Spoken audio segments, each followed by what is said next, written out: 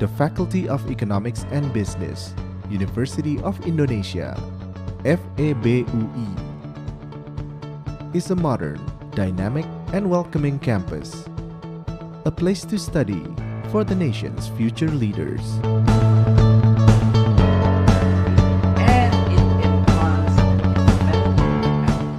Situated in two strategic locations, Depok and Salemba, we are fully committed to contribute to the development of knowledge in economics and business, and to nurture future leaders with a sense of social responsibility and the ability to address global environmental changes.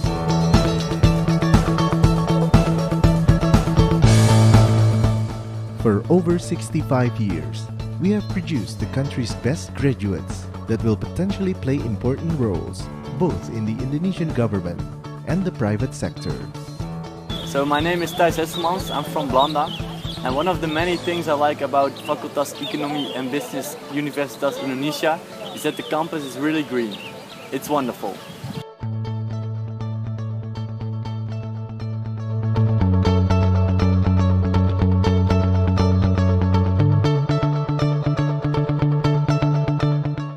In the future, we are aiming to become Asia's leading economics and business learning center, which contributes to the development of Indonesia and the global community.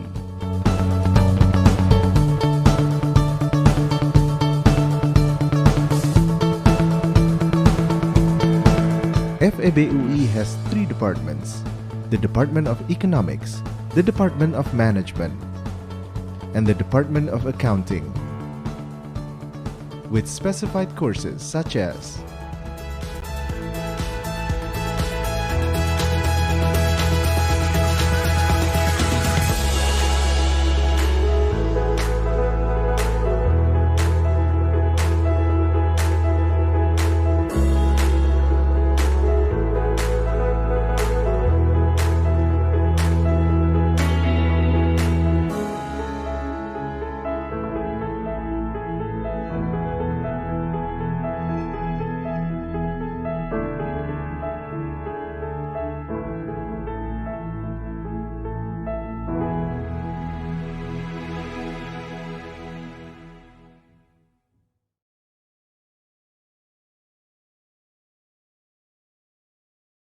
Tim penguji promosi dokter Universitas Indonesia memasuki ruang sidang. Kami persilakan Bapak dan Ibu tim penguji untuk dapat mengaktifkan kamera dan audionya. Calon Doktor Saudara Muhammad Yopan, kami persilakan memasuki ruang sidang. Sekali lagi kami mohon dengan hormat untuk Bapak dan Ibu tamu undangan untuk tidak mengaktifkan audionya karena ujian akan segera dimulai. Ujian untuk memperoleh doktor program studi ilmu manajemen kekhususan manajemen strategik pada program Pascasarjana Ilmu Manajemen Fakultas Ekonomi dan Bisnis Universitas Indonesia dimulai. Kami persilakan Ketua Sidang Bapak Teguh Dartanto PhD untuk membuka ujian ini. Bismillahirrahmanirrahim. Assalamualaikum warahmatullahi wabarakatuh. Selamat pagi. Hadirin undangan yang kami hormati, pada hari ini Senin 9 Agustus 2021, sidang terbuka promosi doktor Universitas Indonesia resmi saya buka. Calon doktor Saudara Muhammad Yopan, sidang terbuka promosi doktor yang saat ini berlangsung akan mengajukan pertanyaan dan sanggahan atas disertasi saudara yang berjudul The Role of Digital Leadership, Customer Orientation, and Business Model Innovation for IoT Companies. Bapak, Ibu, dan hadirin, izinkanlah saya terlebih dahulu untuk memperkenalkan nama pembimbing dan penguji pada sidang promosi doktor hari ini. Selaku pembimbing atau promotor, yaitu promotor Profesor Renal Kasali PhD, co-promotor 1 Dr. Esni Balkiah, dan co-promotor 2 Dr. Manar Pasaribu. Sedangkan ketua tim penguji diketuai oleh Saudara Dr. Abdul Khalid PhD dengan anggota yang terdiri dari Dr. Muhammad Awaludin, Roro Ratih Diah Kusumastuti PhD, Riani Rahmawati PhD, dan Bapak Setio Hari Wijanto. Selanjutnya saya persilahkan Profesor Renal Kasali, PhD, selaku promotor untuk memulai ujian. Silakan Pak Renal. Terima kasih Saudara Dekan. Selanjutnya kami persilahkan calon doktor Saudara Muhammad Yopan untuk menyampaikan dan membacakan secara singkat ringkasan disertasinya selama 15 menit. Kami persilahkan. Terima kasih. Assalamualaikum warahmatullahi wabarakatuh. Terima kasih banyak promotor Profesor Kasali. Mohon izin saya untuk mempresentasikan ringkasan dari disertasi saya.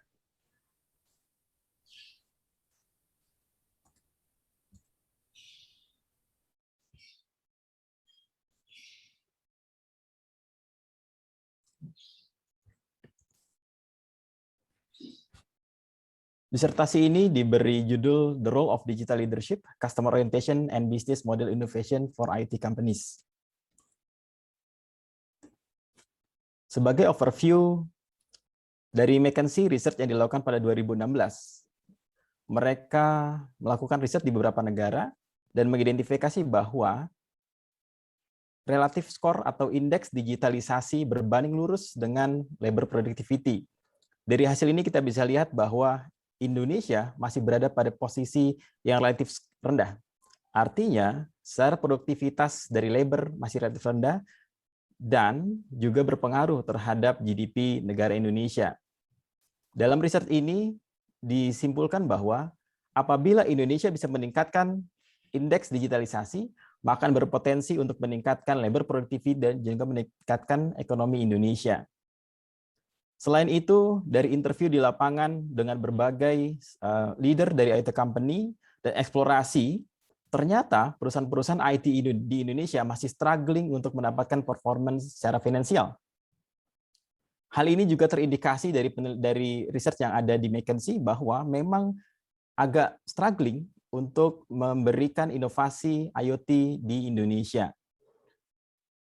Kemudian, observasi untuk melakukan IoT bisa dilakukan melalui dua persepsi.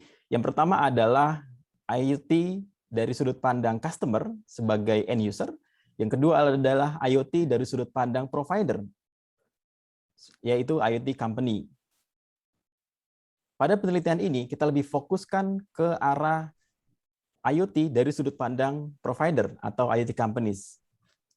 Kemudian, karena IoT juga sesuatu yang baru di Indonesia, masih emerging teknologi, sehingga keadaan yang kompleks ini menyebabkan para perusahaan IoT kesulitan untuk mempertahankan keunggulan kompetitif.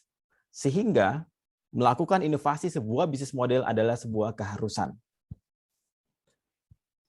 Dari berbagai research yang dilakukan, baik penelitian sebelumnya maupun riset di lapangan, saya menemukan 3 gap dalam penelitian ini. Yang pertama adalah riset dari sudut pandang IoT lebih banyak dilakukan dari sisi customer atau end user. Sedangkan riset yang dilakukan dari sudut pandang IoT company sebagai provider masih sangat sedikit. Yang kedua gapnya adalah faktor-faktor yang mempengaruhi company performance dari IoT company masih dalam masa observasi. Yang ketiga, elemen-elemen apa saja yang membentuk bisnis model innovation dari IoT company juga masih dalam under research. Sehingga pertanyaan besar yang ada di penelitian ini adalah mengapa perusahaan-perusahaan IoT masih struggling untuk mengimprove financial performance. Inilah yang akan dijawab dalam penelitian ini. Objektif dalam penelitian ini ada 4. Yang pertama adalah menginvestigasi faktor-faktor apa saja yang mempengaruhi bisnis model innovation dari sudut pandang. Pertama, internal orientation. Yang kedua adalah external orientation. Tujuan kedua adalah menginvestigasi peran dari sebuah IT ecosystem pada perusahaan IoT. Yang ketiga adalah menginvestigasi peran dari bisnis model innovation terhadap performance perusahaan IoT. Yang keempat adalah menguji critical elemen-elemen apa saja dalam bisnis model innovation yang mempengaruhi IoT company. Kemudian dalam penelitian ini dibuatlah sebuah research framework atau research model yang menggambarkan tentang tujuan, kemudian proses-proses yang membentuk terjadinya penelitian untuk menjawab problem research. Dari sini kita bisa lihat bahwa ada 6 konstruk utama yang membentuk penelitian ini.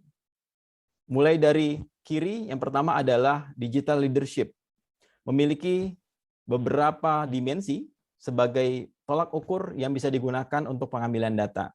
Kemudian konstruk kedua adalah customer orientation, terdiri dari beberapa dimensi, dan masing-masing dimensi punya beberapa indikator. Kemudian yang ketiga adalah business model innovation, keempat adalah collaboration, kelima regulation readiness, dan terakhir adalah business performance. Dari riset model ini, kemudian dibuatlah dimensi dan juga indikator, lalu dibuatlah questionnaire berdasarkan penelitian sebelumnya dan juga konteks IoT di Indonesia. Oleh sebab itu, dari penelitian ini dihasilkan sebuah questionnaire yang disebarkan kepada 153 perusahaan IoT yang ada di Indonesia.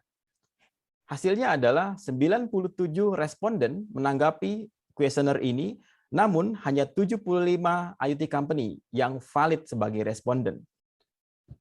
Questionnaire ini disebarkan pada periode Januari sampai Juni 2020 dengan profil kebanyakan adalah founder atau owner dari perusahaan IoT.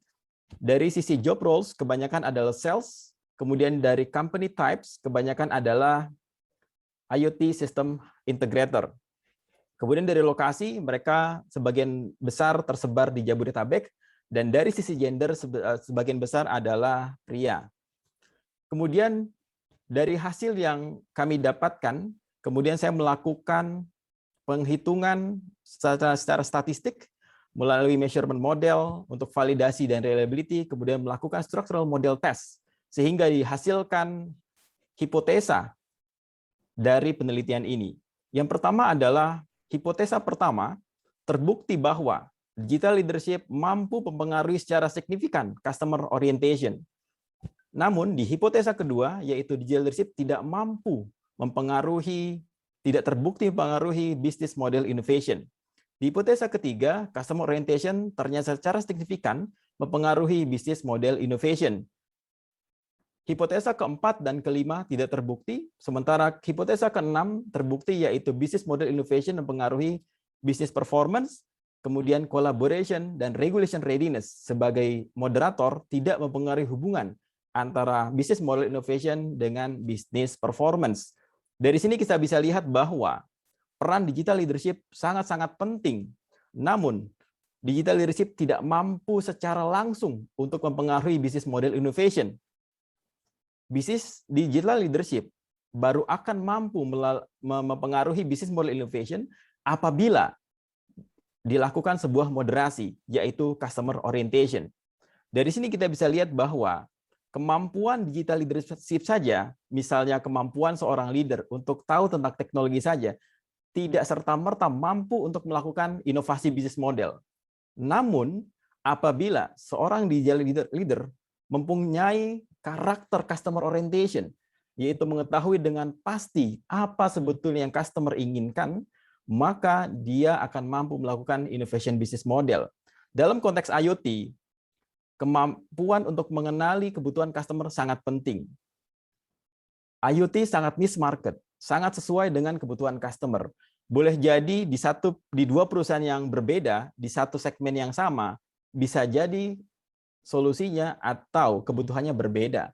Karena IoT harus masuk ke dalam pain point line of business. Selain itu, banyak perusahaan IoT yang ternyata berasal dari perusahaan IT. Ini adalah sebuah shifting dari ekspansi bisnis yang sebelumnya perusahaan-perusahaan IT lebih banyak menjual solusi IT ke customer-customer IT, sehingga conversation mereka hanya pada tataran spesifikasi, produk, dan sebagainya. Tapi ketika mereka shifting ke arah IoT, customer mereka akan jauh lebih banyak. Yang tadinya hanya IT, orang-orang IT sekarang mereka berbicara dengan orang-orang manufacturing, berbicara dengan orang-orang oil and gas, berbicara dengan orang-orang healthcare, yang dari sudut pandang bahasa sangatlah berbeda dengan bahasa IT. Sehingga ketika perusahaan IT shifting dari IT ke IoT, kemampuan mereka untuk berbicara dalam bahasa customer yang banyak tersebut itu sangat dibutuhkan. Oleh sebab itu, di penelitian ini tercermin bahwa customer orientation betul-betul sangat mempengaruhi kemampuan seorang digital leadership untuk menginovasi bisnis model. Dan dari sini juga terbukti bahwa bisnis model innovation ternyata mempengaruhi bisnis performance dari sebuah perusahaan IoT. Dari sini bisa kita lihat juga bahwa ternyata collaboration dan regulation readiness tidak memiliki dampak yang signifikan terhadap relationship dari bisnis model innovation terhadap bisnis performance. Yang pertama adalah collaboration di Indonesia, karena IoT ini sesuatu yang baru, collaboration atau partnership masih relatively ad hoc, masih relatively baru, belum terbentuk sebuah ekosistem yang matang. Oleh sebab itu, kemungkinan hal ini yang menyebabkan collaboration tidak memiliki impact yang positif terhadap bisnis model innovation dengan bisnis performance. Di sisi lain, dalam penelitian itu juga di-exercise, apabila collaboration dimasukkan sebagai antecedent business model innovation, maka collaboration akan mempengaruhi business model innovation. Itu berarti bahwa apabila perusahaan IoT memiliki sebuah collaboration baru, tapi dia tidak merubah bisnis modelnya, maka tidak akan mempengaruhi performance. Sehingga apabila sebuah collaboration dilakukan, maka dia harus menginovasi bisnis model terlebih dahulu, baru akan mengimpact sebuah bisnis performance. Sama halnya dengan sebuah regulation readiness. Regulation readiness ada, tapi tidak akan mengimpact sebuah performance apabila perusahaan tersebut tidak merejuvenasi bisnis model innovation. Dan juga di Indonesia kita temui bahwa terdapat berbagai bias tentang regulation readiness. Banyak orang yang mungkin tidak tahu apa regulasi terbaru, banyak orang yang mungkin tidak peduli apa regulasi yang terbaru, karena mungkin dia tidak berhadapan langsung dengan regulasi yang mengalami masalah. Dari penelitian ini, kemudian saya memberikan beberapa kontribusi, 5 kontribusi terhadap theoretical. Yang pertama adalah penelitian ini mengobservasi IoT bisnis dari sudut pandang IoT company perspektif. Sebab ini masih sangat jarang. Yang kedua, penelitian ini menguji beberapa indikator dari digital leadership yang merupakan main karakteristik dari sebuah digital leader. Kemudian indikator-indikator ini berkontribusi untuk mendefine operasionalisasi dari digital leadership variables. Sehingga ini bisa digunakan untuk penelitian selanjutnya sebagai main karakteristik atau operasionalisasi untuk penelitian-penelitian digital leadership selanjutnya. Yang ketiga adalah business model innovation ternyata mampu menjadi sebuah komplement dari sebuah strategic management field yang kita tahu sudah sangat established. Hal ini sangat bermanfaat untuk mendiversifikasi company portfolio maupun produk. Yang keempat, penelitian ini berkontribusi untuk membridge gap. Pertama adalah penelitian dari Zhu dan Nakata 2007, kemudian penelitian terbaru dari Voltean dan Glovaci 2021. Yang dikontribusikan adalah ternyata bisnis model performance dipengaruhi oleh business model innovation. Dan business model innovation dipengaruhi ternyata oleh customer orientation. Dan customer orientation ternyata memiliki antecedents, yaitu digital leadership. Yang kelima, penelitian ini berkontribusi untuk menguji elemen-elemen apa saja yang penting dalam bisnis IoT. Ada 3 komponen dalam bisnis model, yaitu value creation, value proposition, dan value capture. Selanjutnya, penelitian ini juga memberikan managerial implication. Yang pertama adalah, terbukti dalam penelitian ini bahwa digital leadership dan customer orientation memiliki peran yang sangat penting dalam menstimulasi bisnis model innovation. Dan Profound sebagai karakter utama yang sangat signifikan membentuk sebuah digital leadership adalah sesuatu yang sangat penting untuk diperhatikan perusahaan IoT. Profound adalah kemampuan seorang leader untuk mengetahui dengan deep apa itu IoT teknologi dan juga pengetahuan-pengetahuan di sekitar IoT tersebut. Kemudian commit to customer merupakan dimensi yang paling signifikan berperan untuk membentuk sebuah customer orientation.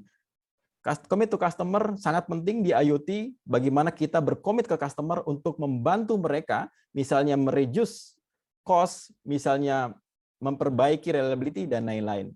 Kontribusi kedua untuk manager implication adalah tidak ada satupun strategi yang cocok untuk semua perusahaan. Oleh sebab itu, setiap perusahaan disarankan untuk merejuvenasi bisnis model berdasarkan customer needs. Yang ketiga, dari analisa statistik, ditemukan bahwa general manager atau VP sebagai middle manager mempunyai peranan penting untuk membridging gap antara top management dengan lower level. Sehingga disarankan perusahaan untuk memberikan attention yang lebih kepada GM atau VP, khususnya di 3 area. Yang pertama adalah digital leadership, yang kedua adalah business model innovation, yang ketiga adalah collaboration area. Selanjutnya, implikasi yang keempat adalah penelitian ini memberikan sebuah framework bagaimana bisnis model sebagai supply bisa memberikan pengaruh terhadap ekonomi Indonesia. Terakhir, penelitian ini tidak terlepas dari research limitation. Yang pertama, kemungkinan mengandung bias. Kedua, IoT sebagai emerging teknologi sangat terbatas preface study dan juga data-data. Kemudian yang ketiga, banyak dari responden yang berada di Indonesia, mungkin saja banyak company IoT yang ada di luar provinsi Indonesia. Yang keempat, riset ini dilakukan di Indonesia sebagai salah satu emerging market dan punya karakteristik khusus. Sehingga generalisasi untuk emerging market dan developed market mungkin tidak sesuai. Future research yang disarankan untuk penelitian selanjutnya, yaitu pertama mengobservasi 360 derajat untuk mereduce bias. Yang kedua, mengeksplor indikator atau influence faktor yang lain yang mungkin saja mempengaruhi performance dari IoT company, misalnya learning organization dan employee capabilities. Yang ketiga, relationship antara digital leadership dengan business model innovation masih inkonsisten. Bisa saja dilakukan penelitian selanjutnya dalam konteks industri atau negara atau teknologi related yang berbeda. Keempat, mengeksplor kolaborasi dan regulation readiness sebagai antecedents dari sebuah business model innovation. Yang terakhir adalah mengobservasi industri 4.0 teknologi yang lain, misalnya cloud, AI/ML, maupun big data analytics. Demikian ringkasan disertasi ini saya sampaikan. Terima kasih.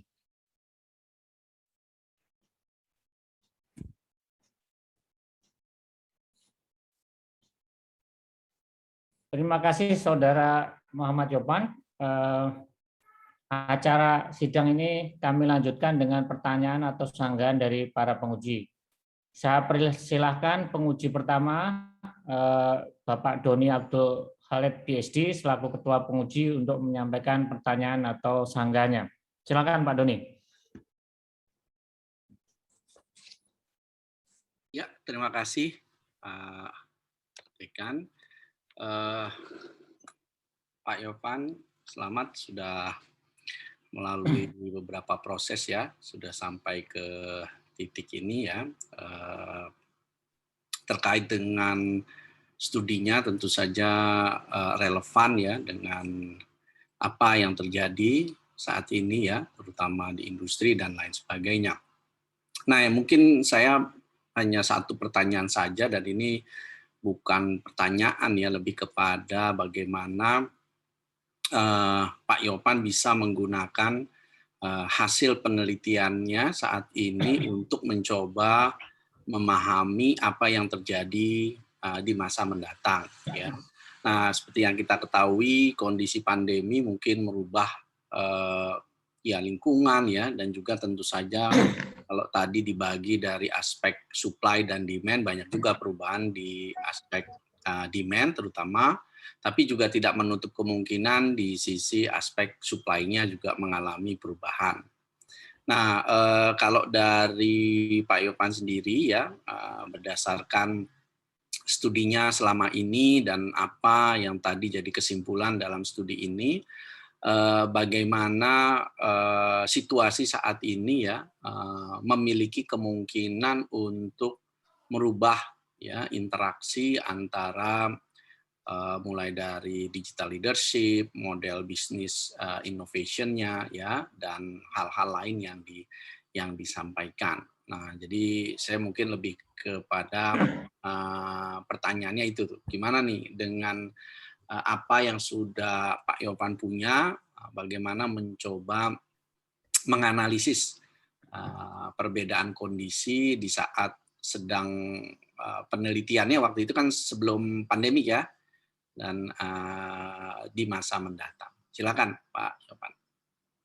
Ya, yang terhormat Bapak Doni Abdul Khalid PhD, perkenalkan saya untuk menjawab pertanyaan yang Bapak ajukan. Terima kasih banyak Pak Doni atas sarannya juga. Jadi memang penelitian ini dilakukan pada Januari dan sampai Juni ya. Waktu itu pas di pertengahan penelitian ini, pengambilan data itu pandemi. Jadi memang karakternya sangat berubah waktu itu, termasuk juga pengambilan data. Jadi pengambilan data lebih banyak dilakukan secara virtual. Namun beberapa belakangan ini saya juga membuka beberapa research di khususnya di pandemi, bagaimana IoT ternyata mampu mempengaruhi atau membuat perusahaan-perusahaan survive. Kita tahu bahwa di sisi saat pandemi ini banyak sekali perusahaan-perusahaan yang tidak bisa melakukan aktivitas rutinnya, tapi mereka bisa shifting dari yang tradisional ke teknologi seperti itu. Nah, salah satu contohnya adalah misalnya di dunia kesehatan. Selama ini dunia kesehatan mungkin dianggap hanya sakit, tapi sekarang dunia kesehatan menjadi sangat penting. Misalnya kalau kita ingin tracing orang yang terkena infeksi, itu bisa dilakukan dengan handphone. Handphone itu diberi GPS atau ada Bluetooth-nya, itu bisa tracing. Sehingga di konteks kesehatan, maka IoT menjadi sangat-sangat penting, khususnya ketika pandemi ini terjadi.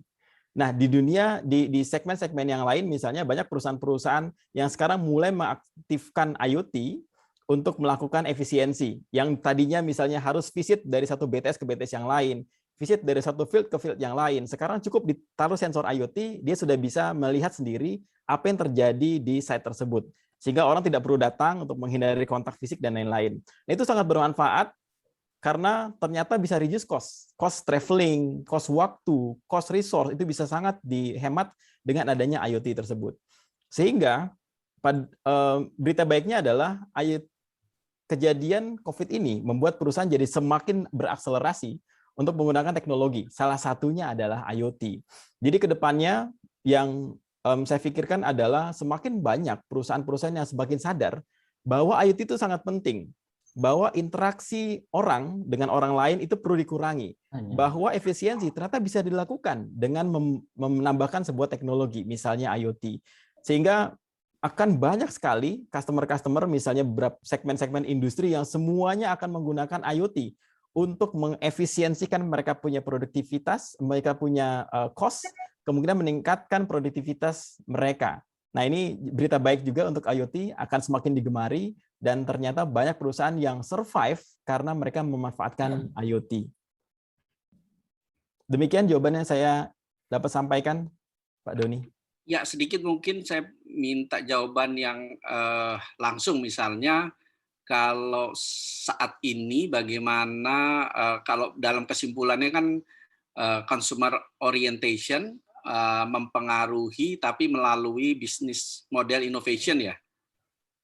Betul. Ya, nah apakah dengan kondisi yang sekarang pengaruhnya bisa misalnya langsung ke dalam performance IoT-nya atau seperti apa gitu? Mungkin lebih ke situnya Pak Yopan. Ya, terima kasih banyak Pak Doni. Yang pertama, secara umum, kenapa customer orientation tidak bisa secara langsung mengenai performance? Reasonnya adalah apabila kita terlalu customer oriented tanpa memperhatikan business model innovation, bisa jadi perusahaan kita tidak perform. Karena di customer orientation kita tidak memperhatikan value capture. Value capture adalah value untuk menangkap sebuah revenue dari IoT, dan itu baru ada di business model innovation. Sehingga apabila perusahaan terlalu customer obsessed misalnya, berlebihan, maka dia mungkin tidak memperhatikan value capture-nya yang ada di business model innovation. Sehingga di penelitian ini dibutuhkan perusahaan juga harus aware masalah bagaimana meng-capture sebuah solusi dari IoT untuk menghasilkan performance. Namun di COVID ini memang kita tahu customer pun punya pain point yang luar biasa, mereka mungkin nggak punya budget gitu ya. Nah, disarankan customer orientation ditingkatkan karena pada akhirnya performance perusahaan itu baru akan terbentuk ketika customer-nya sudah happy. Kita sudah menolong dia untuk menyelamatkan dia dari kebangkrutan misalnya, kemudian kita reduce cost production-nya sehingga mereka bisa survive. Nah, ketika mereka bisa survive, kemudian kita bantu terus sehingga mereka bisa lebih produktif, otomatis nanti baru kita akan mendapatkan hasil. Jadi memang di saat pandemi ini perusahaan IT harus lebih bersabar untuk meningkatkan customer orientation, memberikan apa yang customer inginkan, belakangan baru bisa di-capture bisnis model innovation-nya melalui revenue di sisi IoT revenue. Demikian Pak Doni. Ya, terima kasih Pak Yopan. Dari saya cukup Pak Ketua. Oke, terima kasih Pak Doni. Saya persilahkan penguji berikutnya Bapak Dr. Muhammad Awaludin untuk mengajukan pertanyaan atau sanggahannya. Silakan Pak. Terima kasih Pak Dekan. Assalamualaikum warahmatullahi wabarakatuh. Selamat pagi, salam sejahtera buat kita semua. Bapak dan Ibu yang kami hormati, khususnya kepada Pak Yopan.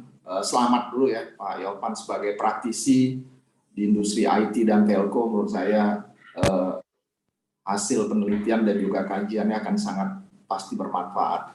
Saya tertarik untuk juga ingin mendalami ya, sekaligus belajar tentang pembelajaran apa yang dapat kita ambil dari konsep bisnis model innovation atau inovasi model bisnis ini. Seperti yang tadi juga saya tangkap dan juga kita pahami bersama, sebenarnya perusahaan saat ini kan berbagai perusahaan selalu dituntut ya untuk kemudian mampu mengelola berbagai resources, berbagai sumber daya perusahaan itu, dan kemudian bagaimana melakukannya secara kolaboratif dan integratif. Jadi ada kata kunci di sini sinergi dari berbagai dimensi, baik dimensi internal maupun eksternal, yang tadi juga sudah banyak dikupas. Nah, kalau dari kacamata Pak Yopan selaku peneliti dan juga setelah mendalami ini, apa sih yang menjadi satu pembaharuan dari teori bisnis model innovation dari penelitian Pak Yopan ini, dan apa yang menarik buat setelah mendalami itu. Jadi dari perspektifnya peneliti sendiri, ketertarikan atau satu pendalaman itu yang muncul kemudian dalam bentuk apa. Nah, saya ingin juga sekaligus dapat hal yang konkret berupa novelty ya dari penelitian ini, karena saya baca, saya belum secara eksplisit menangkap satu hal yang berkaitan dengan novelty di penelitian ini yang akan pasti bermanfaat bagi industri maupun juga dari kacamata akademis. Terima kasih. Silakan Pak. Ya, terima kasih banyak yang terhormat Pak Awal. Perkenan saya untuk menjawab pertanyaan yang Bapak ajukan. Yang pertama, mungkin ada dua hal ya, kalau saya bisa simpulkan. Yang pertama, apa kontribusi ini yang signifikan terhadap sebuah business model innovation? Jadi mungkin bisnis model sesuatu yang sudah lama, tapi bisnis model innovation sendiri itu baru hits sekitar 10 tahun terakhir dari penelitian yang sudah ada. Nah, di IoT sendiri, bisnis model innovation itu sesuatu yang unik. Kenapa unik? Karena IoT itu sangat niche market, sangat customer orientation, sangat butuh adjustment. Berbeda dengan IT yang mungkin kita bisa jual secara masif, tapi IoT lebih banyak custom berdasarkan customer. Nah, banyak perusahaan-perusahaan IoT yang ternyata masih kesulitan untuk membangun sebuah business model innovation. Dari penelitian ini, itu yang menjadi akar masalah. Kenapa perusahaan IoT kok agak kesulitan untuk melakukan business model innovation? Nanti dampaknya pasti ke performance. Nah, dari sini bisa dilihat bahwa ternyata banyak perusahaan IoT yang memang memiliki digital leadership. Banyak mungkin CEO yang punya kemampuan digital yang luar biasa. Tapi berbeda ketika dia menjalankan bisnis IT dia dengan bisnis IoT dia. Diharapkan seorang leader tidak hanya menggunakan mindset digital leadership yang apa adanya, tapi dia juga melakukan banyak customer orientation. Misalnya, dia lebih banyak turun ke lapangan, melihat secara langsung apa yang sebetulnya dibutuhkan oleh pelanggan. Karena IoT ini sangat berbeda dengan bisnis IT, customer-nya sangat berbeda, kita berbicara dengan line of business yang berbeda. Mungkin awalnya tidak nyambung, kita orang IT berbicara dengan dokter. Nah, itu dibutuhkan sebuah kemampuan leader untuk memahami aspek-aspek yang lain di luar dari IT itu sendiri. Nah, ini yang menurut saya sebuah kesulitan di perusahaan-perusahaan IT atau IoT, mereka masih menggunakan mindset lama. Datang ke customer menggunakan, saya punya produk ini, produk A, spesifikasinya ini. Enggak akan nyambung ketika kita berbicara dengan dokter, karena dokter tidak mengerti spesifikasi IT. Yang dia mengerti adalah, saya punya masalah, bisa tidak teknologi Anda membantu saya? Nah, gap ini yang diselesaikan oleh penelitian ini dengan customer orientation. Sehingga perusahaan-perusahaan IT atau IoT yang hanya punya digital leadership saja itu tidak cukup membantu untuk membuat sebuah business model innovation. Harus ada customer orientation, tapi special customer orientation-nya. Karena pada konteks IoT tidak semua punya customer orientation dengan berbagai macam line of business. Seperti itu Pak Awal. Yang kedua, novelty-nya saya harap ini juga membuat sebuah novelty karena digital leadership sendiri merupakan sesuatu yang baru. Mungkin kita menemukan digital leadership di majalah, di website, tapi jarang sekali penelitian yang melakukan secara empiris tentang apa itu digital leadership dan apa itu komponennya. Banyak pertanyaan, apa sih sebetulnya definisi digital leadership? Apa sih sebetulnya karakter dari digital leadership?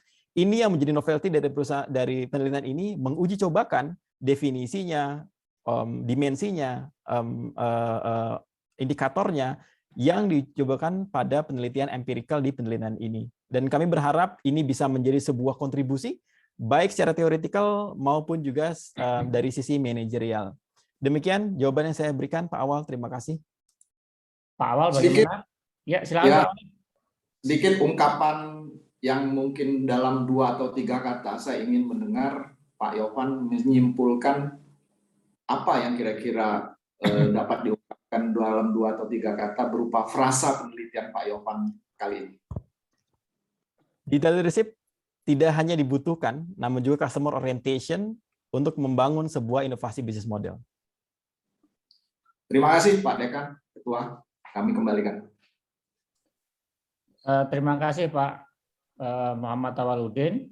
Berikutnya saya persilahkan Ibu Ratih Diah Kusmastuti PhD untuk mengajukan pertanyaan atau sanggahnya.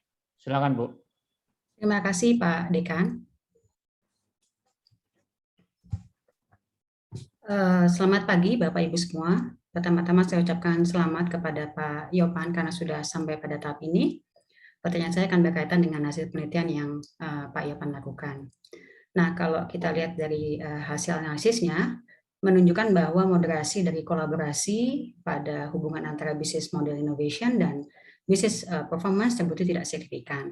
Padahal seperti kita tahu, pada saat pandemi seperti ini, kolaborasi sangat dibutuhkan, gitu ya. Nah, apakah bisa dijelaskan mengapa hasilnya seperti itu dan sebenarnya kolaborasi seperti apa sih yang dibutuhkan oleh perusahaan IoT di Indonesia untuk meningkatkan kinerjanya? Mungkin begitu. Silakan Pak. Ya, terhormat Ibu Ratih Diah PhD, perankan saya untuk menjawab pertanyaan yang Ibu ajukan. Dari sisi kolaborasi memang sepertinya sangat penting, namun di penelitian ini belum terbukti secara signifikan mempengaruhi. Yang pertama adalah dari sisi kolaborasi sendiri. Sebelum pandemi misalnya, kita tahu bahwa kolaborasi di IoT company masih sifatnya ad hoc. Ini adalah teknologi baru, jadi perusahaan-perusahaan juga baru melakukan kolaborasi. Jadi belum ada sebuah kolaborasi yang solid. Yang solid misalnya kalau kita lihat di US misalnya ada Silicon Valley, itu sudah solid. Ekosistemnya sudah besar. Dan mereka sudah sangat-sangat mumpuni untuk membuat sebuah ekosistem yang mumpuni untuk menghasilkan sebuah solusi yang terbaik, kemudian performanya juga pun baik. Di Indonesia, kolaborasi dilakukan, tapi sifatnya adalah ad hoc. Ad hoc maksudnya adalah setiap ada opportunity, ada project, mereka berkolaborasi, tapi lepas. Kemudian kolaborasi lagi dengan yang lain. Hasilnya tidak ada sebuah ekosistem yang mantap, tidak ada sebuah ekosistem yang mature untuk membuat sebuah business model innovation maupun mempengaruhi performance. Kemudian apa sebetulnya yang diharapkan kolaborasi yang terbaik yang dilakukan? Dalam penelitian ini awalnya adalah ecosystem readiness. Jadi ecosystem readiness itu bukan hanya kolaborasi dengan perusahaan sesama perusahaan IoT, tapi juga ada stakeholder yang lain. Misalnya yang pertama adalah pemerintah sebagai regulator. Pemerintah adalah ekosistem juga. Bagaimana kalau pemerintah tidak mendukung adanya sebuah IoT? Itu sangat memberatkan. Nah, peran pemerintah untuk membuat regulasi yang tepat ini sangat-sangat dibutuhkan. Jadi ekosistemnya nanti arahnya ke arah sana. Yang kedua adalah juga customer. Customer juga sebuah ekosistem. Mengapa? Karena di IoT sebagai emerging teknologi perlu trial, perlu piloting. Tanpa adanya customer, tanpa adanya pelajari bagaimana sebetulnya customer butuhkan, ini juga akan mengalami kesulitan. Sehingga customer harus dimasukkan dalam sebuah ekosistem. Dan ini nampaknya masih agak kesulitan. Lebih banyak perusahaan-perusahaan IoT melakukan semacam POC, proof of concept dari customer-customer secara free, tapi sifatnya lagi-lagi adalah ad hoc. Padahal kalau kita lihat di negara maju, banyak perusahaan-perusahaan yang rela menjadi sebuah semacam kelinci percobaan untuk melakukan sebuah testing. Jadi ada perusahaan IoT, ada customer-nya di testing, dicek apakah betul solusi itu bermanfaat buat customer. Nah, ini adalah ekosistem yang mungkin belum ready di Indonesia, sehingga hasilnya collaboration belum mampu untuk mempengaruhi hubungan antara business model innovation dengan performance. Yang kedua adalah karena sifatnya moderasi, jadi seperti kurang kuat. Jadi di sini juga dilakukan exercise bagaimana apabila collaboration ditempatkan sebagai antecedent dari sebuah business model innovation. Ternyata hasilnya adalah signifikan. Itu artinya perusahaan-perusahaan IoT apabila melakukan sebuah kolaborasi, maka dia harus juga memperhatikan bisnis model yang sudah ada. Artinya dia harus merejuvenasi, memperbaiki, menambahkan, dan menyesuaikan business model innovation sesuai dengan kolaborasi yang dia lakukan. Jadi mature ekosistemnya atau kolaborasinya, kemudian dia harus juga menginovasikan bisnis modelnya, baru akan berdampak terhadap performance perusahaan. Demikian jawaban yang saya berikan, Ibu Ratih. Terima kasih Pak Yopan, terima kasih Pak Teguh, Pak Dekan. Terima kasih Bu Ratih. Selanjutnya saya persilahkan Ibu Riani Rahmawati PhD untuk mengajukan pertanyaan atau sanggahannya. Silakan Bu. Baik, terima kasih pimpinan sidang. Pak Yopan, selamat sudah berada di tahap ini ya, melalui perjalanan yang cukup panjang ya. Tapi insya Allah ini menarik sekali Pak hasil penelitiannya. Saya ingin tanya, melanjutkan pertanyaan dari Bu Ratih tadi Pak. Bapak juga di disertasinya menyebutkan ekosistem, dan nampaknya memang banyak penelitian sekarang dengan perubahan ini melihat betapa pentingnya ada ekosistem Pak. Nah ini implikasi dari penelitian Bapak ini menunjukkan apa Pak terkait dengan ekosistem ini ya? Harus diawali atau dibangun dari mana dan bagaimana peran dari perusahaan IoT ini dalam kemudian membangun ekosistem ini yang nampaknya ini jadi suatu pendukung ya Pak ya, agar berbagai data-data statistik yang kita mungkin masih berada di bawah ini makin lama makin naik begitu Pak Yopan. Mungkin bisa dijelaskan tentang hal itu Pak. Silakan. Yang terhormat Ibu Riani PhD, perkenan saya untuk menjawab pertanyaan dari Ibu.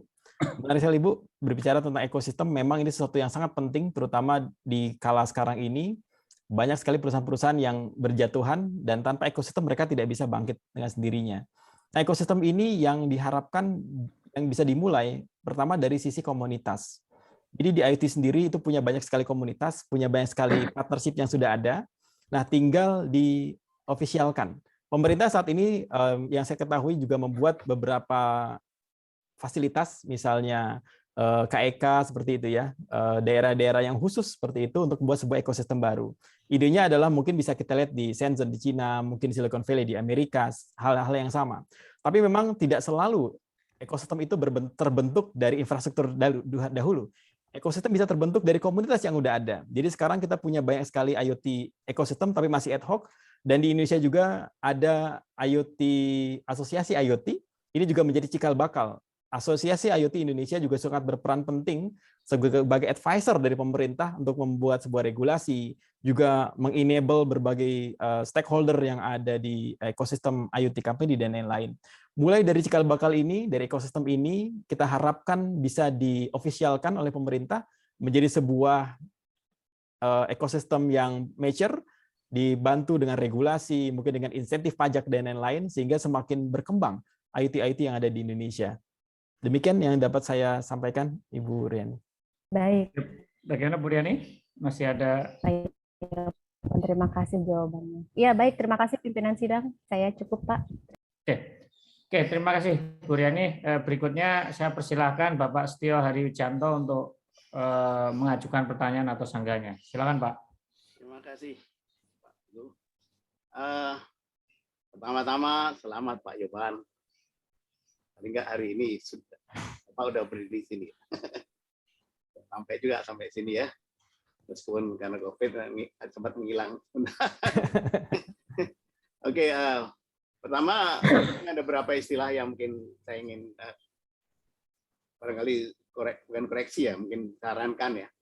Bapak mengatakan bahwa model Bapak itu ada terdiri 5 latent variabel kan, betul nggak Pak itu? Mohon maaf Pak, 6 Pak. 6 variabel ya, variabel laten ya. Tapi menurut saya karena apa itu biasanya kalau kita bicara variabel laten itu harus ada variabelnya dulu, baru ada indikatornya. Tadinya begitu, makanya terus reflektif kan. Ya kan? Tapi ada satu variabel Bapak sebutkan itu adalah yang apa itu DL kalau nggak salah ya. Itu yang formatif ya Pak. Betul nggak itu? Yang Digital leadership formatif, betul Pak. ya berformatif. Nah biasanya kalau formatif kita nggak nyebutnya variabel laten. Karena kalau variabel laten itu ada variabelnya dulu, baru ada indikatornya. Nah ini kalau apa itu variabel yang formatif itu biasanya kita bicara mengenai variabel komposit. Karena variabelnya dibentuk oleh indikatornya. Itu hanya meluruskan aja. Jadi biar apa itu, biar jelas gitu Pak. Nah, terus Bapak membandingkan antara antara PLS sama Lisel kalau nggak salah, PLS dengan SEM lah. Itu ada beberapa ini bisa minimum apa itu paling berkaitan dengan apa itu dengan sampelnya itu mulai dari 100 atau 200 sampai ke dalam SEM ya. Gitu. Tapi saya kira mungkin perlu dikoreksi, penelitian terakhir itu udah sampai ke bawah sampai small sample.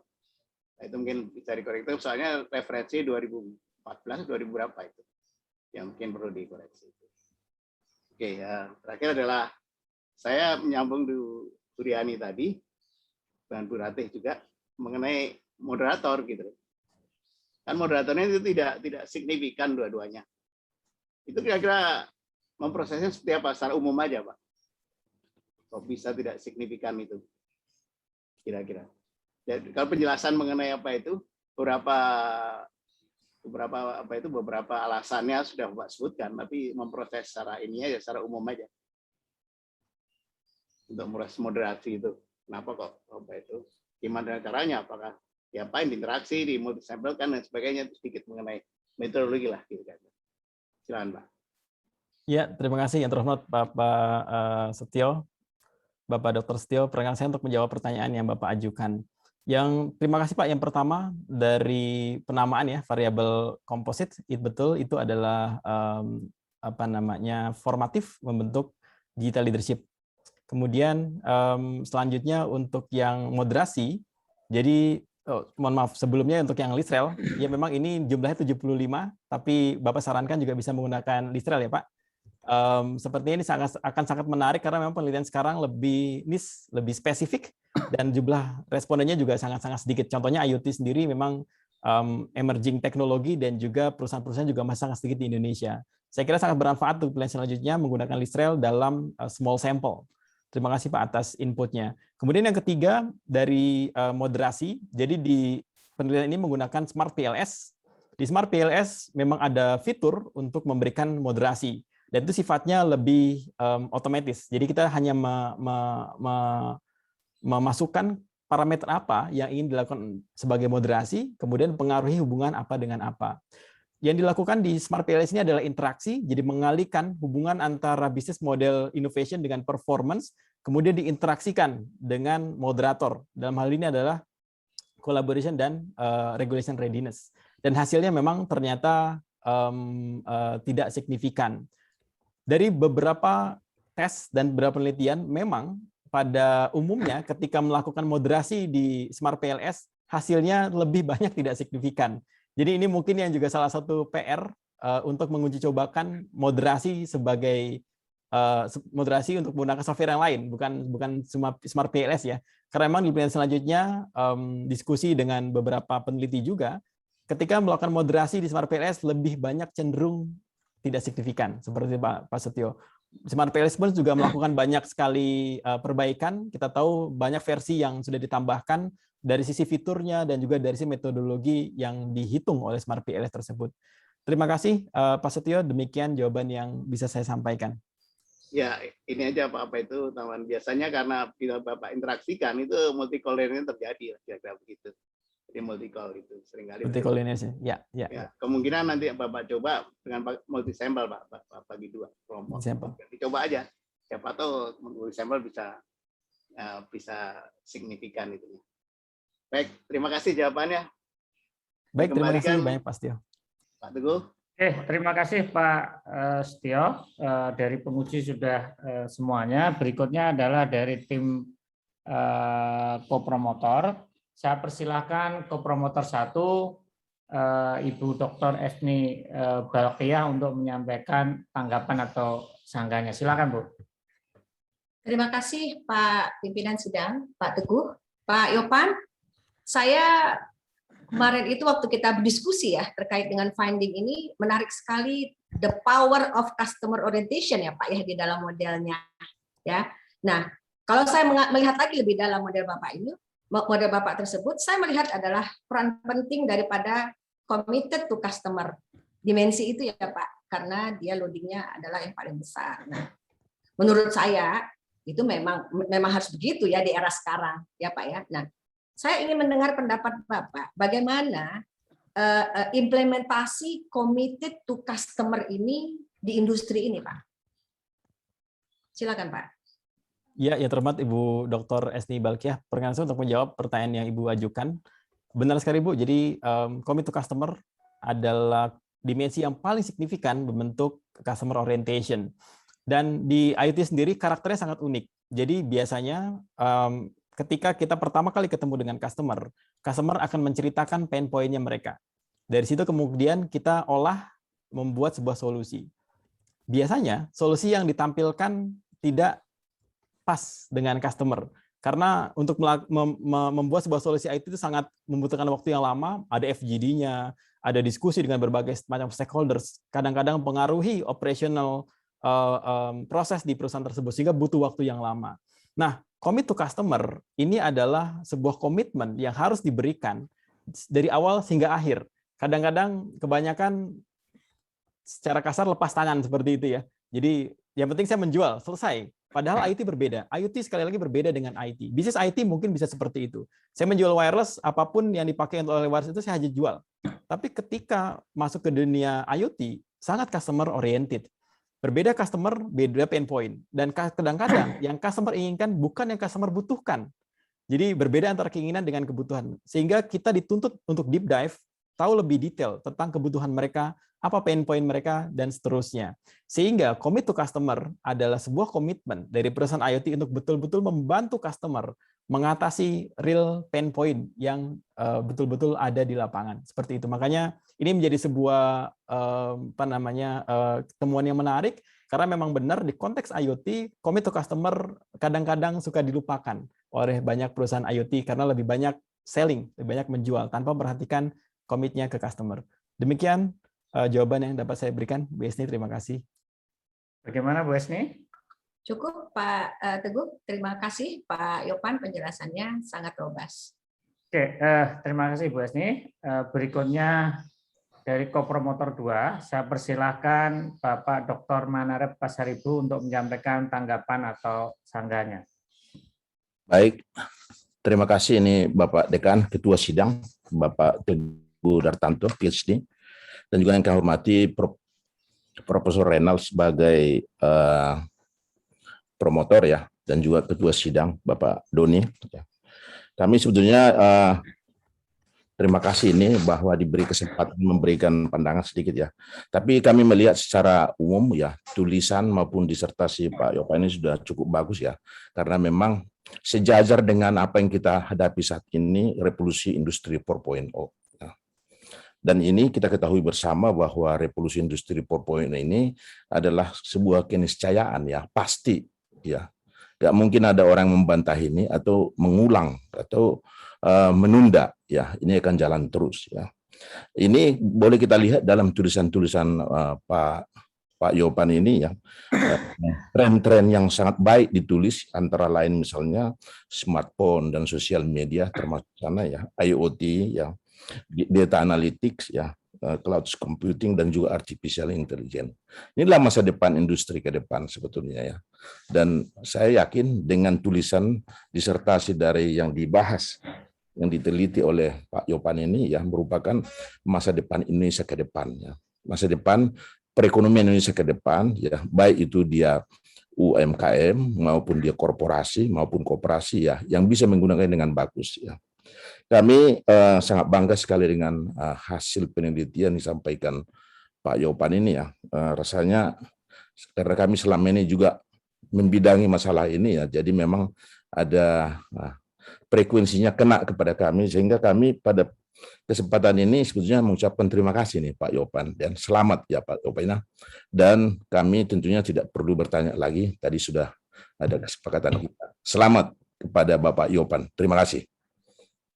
Terima kasih banyak Pak Dr. Manerep. Terima kasih banyak. Oke, Baik, Dok. Ya. Ada yang ditambahkan Pak Manerep? Cukup.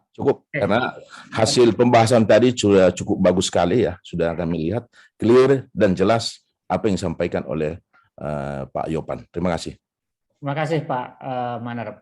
Waktu habis, ujian telah selesai.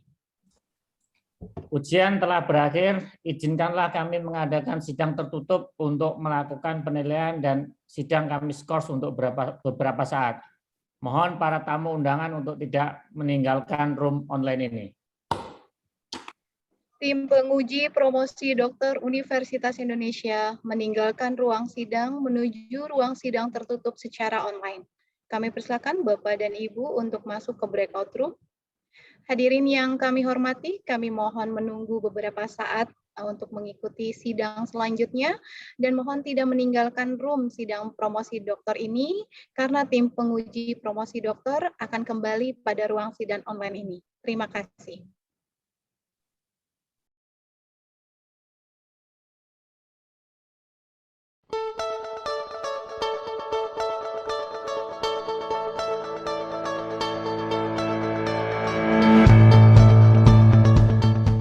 The Faculty of Economics and Business, University of Indonesia, FEBUI, is a modern, dynamic, and welcoming campus, a place to study for the nation's future leaders.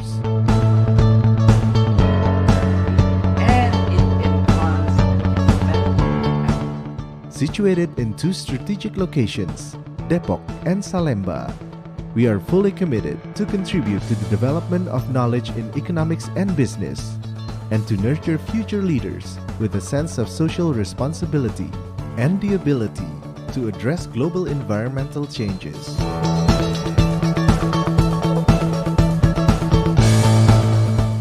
For over 65 years, we have produced the country's best graduates that will potentially play important roles both in the Indonesian government and the private sector. So my name is Thijs Hesselmans, I'm from Blanda, and one of the many things I like about Fakultas Ekonomi and Business Universitas Indonesia is that the campus is really green. It's wonderful.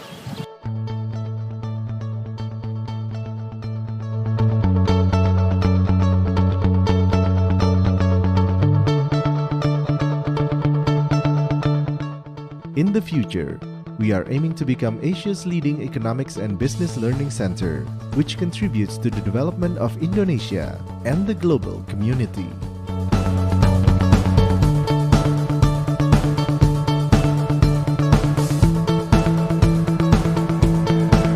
FEBUI has three departments: the Department of Economics, the Department of Management, and the Department of Accounting,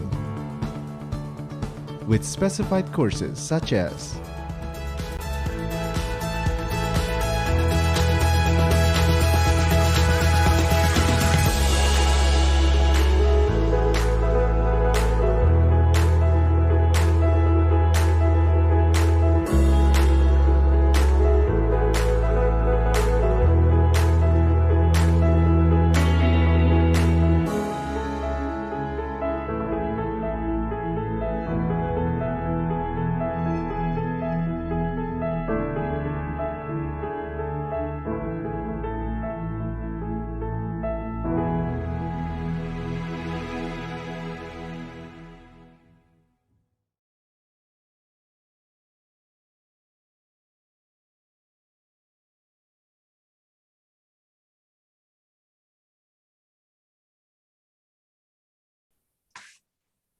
Hadirin yang kami hormati, sidang promosi dokter akan segera kami mulai.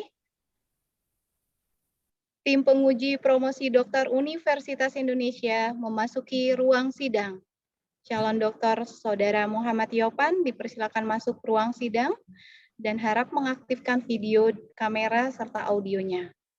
Kami persilakan Ketua Sidang Bapak Teguh Dartanto untuk memulai sidang ini. Sidang terbuka promosi doktor Universitas Indonesia, saya buka kembali.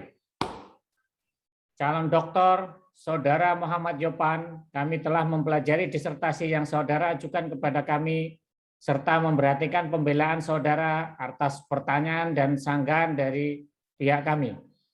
Promotor yang diketuai oleh Profesor Renal Kasali, PhD, telah menyampaikan keterangan mengenai pengembangan keahlian saudara, dan Ketua Program Studi telah pula melaporkan hasil ujian proposal riset, hasil riset, dan publikasi artikel ilmiah saudara. Berdasarkan semua itu, tim penguji memutuskan untuk mengangkat saudara menjadi doktor dalam program studi ilmu manajemen, kekhususan manajemen strategik dengan yudisium cum laude. Kita kasih aplaus dulu. Kami ucapkan selamat kepada Dr. Muhammad Yopan atas gelar yang saudara peroleh. Selanjutnya saya persilahkan promotor Bapak Profesor Renal Kasali, PhD, untuk menyampaikan sambutannya. Silakan, Prof. Terima kasih, Saudara Dekan. Pertama, saya ucapkan selamat kepada seluruh tim penguji dan kopromotor yang telah mengantarkan Saudara Muhammad Yopan sebagai lulusan yang cum laude. Suatu kebahagiaan bagi kita semua. Juga kemudian selamat untuk Saudara Yopan, juga pada keluarga Saudara Yopan yang tentu saja turut mengantarkan Saudara Yopan untuk memperoleh gelar yang prestisius ini. Saudara-saudara sekalian, adalah satu kebanggaan bagi profesor untuk mengantarkan generasi berikutnya menjadi orang-orang yang lebih hebat dari dirinya sendiri, dari generasinya.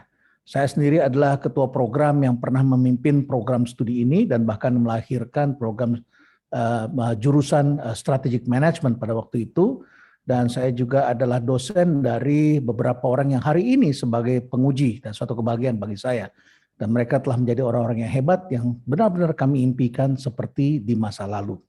Nah, saudara-saudara sekalian, profesor tentu selalu mengintai mahasiswa-mahasiswa hebat. Tetapi ternyata bukan hanya profesor yang satu ini yang mengintai mereka. Juga ada banyak profesor yang lain. Dan saya diceritakan betapa banyak mahasiswa yang sudah saya incar ternyata sudah ditangkap terlebih dahulu oleh profesor yang lain. Memang enak membimbing mahasiswa yang cerdas, yang diajak bicara, besoknya minggu depan sudah kembali lagi. Mengantarkan dan membawa sesuatu yang lebih baru.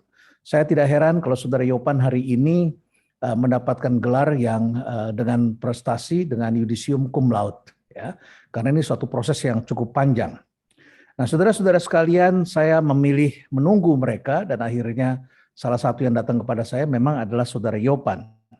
Tetapi sebagai seorang academician, kami tidak hanya mengajarkan membentuk mereka intelek, tetapi juga kami harus mengajarkan intelligence atau kecerdasan mereka. Intelek artinya adalah pengetahuan, artinya adalah keterampilan melakukan riset, artinya adalah memiliki degree academics yang memadai. Tetapi intelligence adalah lebih melahirkan mereka agar menjadi manusia yang utuh, bukan menjadi manusia robot yang hanya bisa berpikir mekanistik. Oleh karena itu, maka saya masih ingat ketika berada di kelas kami, salah satu yang kami coba berikan kepada mahasiswa ketika buku Harari muncul. Ya, Harari muncul dengan sejarah perubahan. Yang pertama, buku trilogi yang harus dibaca hanya dalam beberapa malam dan mahasiswa bisa menyimpulkan. Nah, saya kira ini mengantarkan sejumlah mahasiswa yang tadinya adalah berlatar belakang engineer menjadi lebih humanis karena bisa mengenal sejarah peradaban dan sejarah kehidupan. Bagaimana manusia menemukan api, bagaimana manusia mulai membuat perencanaan ketika menjadi hidup menetap dan kemudian menemukan cara-cara baru dan sampai ke hari ini dari Homo sapiens, a brief history of humankind, kemudian menjadi a brief history of the future, yaitu Homo Deus, dan kemudian 21 lessons for the 21st century. Saya kira 21 lessons itulah yang mengantarkan Saudara Yopan, karena pada waktu itu Harari mengatakan data is the new oil, dan kemudian dia merasa bahwa apa yang dilakukannya telah benar. Saudara Muhammad Yopan meneruskan cita-cita dari guru fisikanya. Dia sekolah di sebuah SMA yang tidak terlalu terkenal dan sepanjang sejarah tidak ada yang masuk universitas negeri. barangkali yang dimaksud adalah masuk ITB. Tapi guru fisika yang sangat dia kagumi, bercita-cita dan mengungkapkan itu di kelas. Saya kira ini sangat penting sekali ungkapan itu diucapkan, bahwa dia bercita-cita agar ada muridnya yang diterima di ITB. Maka Saudara Yopan kemudian mengambil strategi, mengambil jurusan di ITB yang tidak terlalu banyak pendaftarnya, tetapi juga tidak paling bawah. Maka dia mengambil jurusan geofisika. Nah, geofisika sebetulnya adalah jurusan yang kemudian menjadi sangat terkenal, karena pada masa Saudara Yopan kuliah, pendapatan atau gaji tertinggi di perusahaan itu adalah eksplorasi migas. Bahkan perusahaan minyak dari Qatar pun memasang iklan di Indonesia untuk membajak tenaga kerja dari Indonesia yang memiliki pengetahuan dan pengalaman di dalam dunia migas. Tapi Saudara Yopan kemudian bekerja di Astra sebagai IT support. Dan dia sejak itu berpikir bahwa sudah tempatnya di sana.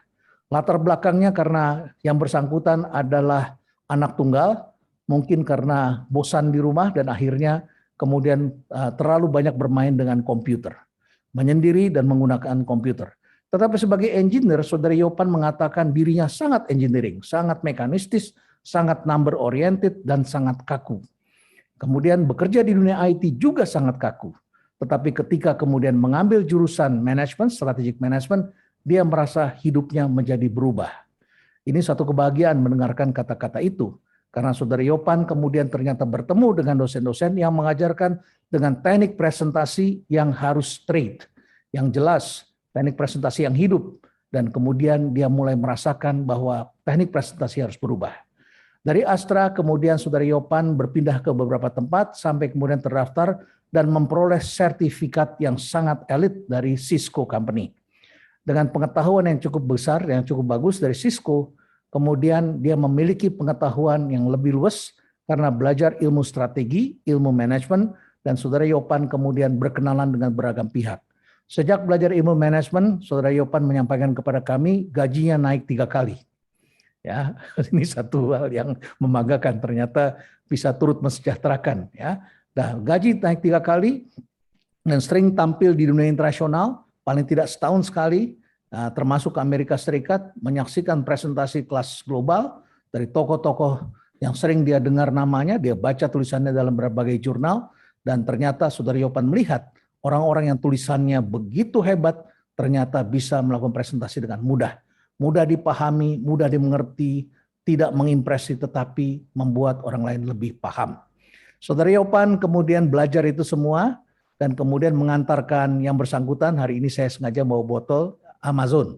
Saudara Yopan bekerja di Amazon, di AWS, dan hari ini ada salah satu penguji Saudara Awaludin yang memang saya minta pada waktu saya menjadi komisaris utama di Angkasa Pura II. Saudara Awaludin adalah Dirut, dan saya masih ingat Saudara Yopan pernah saya minta melakukan presentasi di Angkasa Pura II. Ketika memberi presentasi masih agak berbelit-belit, tetapi Saudara Yopan masih mengajak orang lain karena belum begitu confident. Tetapi tahap berikutnya saya melihat Angkasa Pura II juga berhasil menjadi klien Saudara Yopan. Ya, ada kerjasama dan saya senang sekali melihat itu karena ada pembelajaran dan akhirnya Saudara Yopan lebih confident sampai kemudian berpindah ke AWS dan Saudara Yopan inilah yang selain kami memberikan tempat untuk tampil, ternyata Saudara Yopan juga sering kali memberikan saya brief tentang kebaharuan-kebaharuan. Tadi ada pertanyaan mengenai novelty, saya kira banyak kebaharuan yang dihasilkan. Oleh karena itulah saya banyak belajar tentang apa itu storage, apa itu pada waktu cloud masih baru dibuka, pada waktu PT Telkom melakukan beragam transformasi. Saya seringkali mengundang Saudara Yopan untuk menjelaskan secara personal, what is that, what is this? Karena Saudara Yopan adalah orang yang sangat mapan dan mengerti bidang-bidang itu. Nah, Bapak Ibu sekalian, oleh karena itu selama perkuliahan, tugas kami sebagai seorang promotor dan pembimbing, sebagai dosen juga mengantarkan mahasiswa agar selalu bisa berpikir cepat, working memory, ya, kemudian bangun kerendah hatiannya, kesederhanaan, kemudian tentu saja juga pola pikir, kebaharuan, ya, confidence, bagaimana menghasilkan karya-karya yang relevan dan lain sebagainya. Saudara Yopan juga telah mempelajari beragam jurnal sehingga karya ilmiahnya tadi sangat jelas. Saudara-saudara, ketika mempersiapkan ujian ini, sesungguhnya saya juga tidak cukup jelas ketika modelnya dibikin menjadi simple.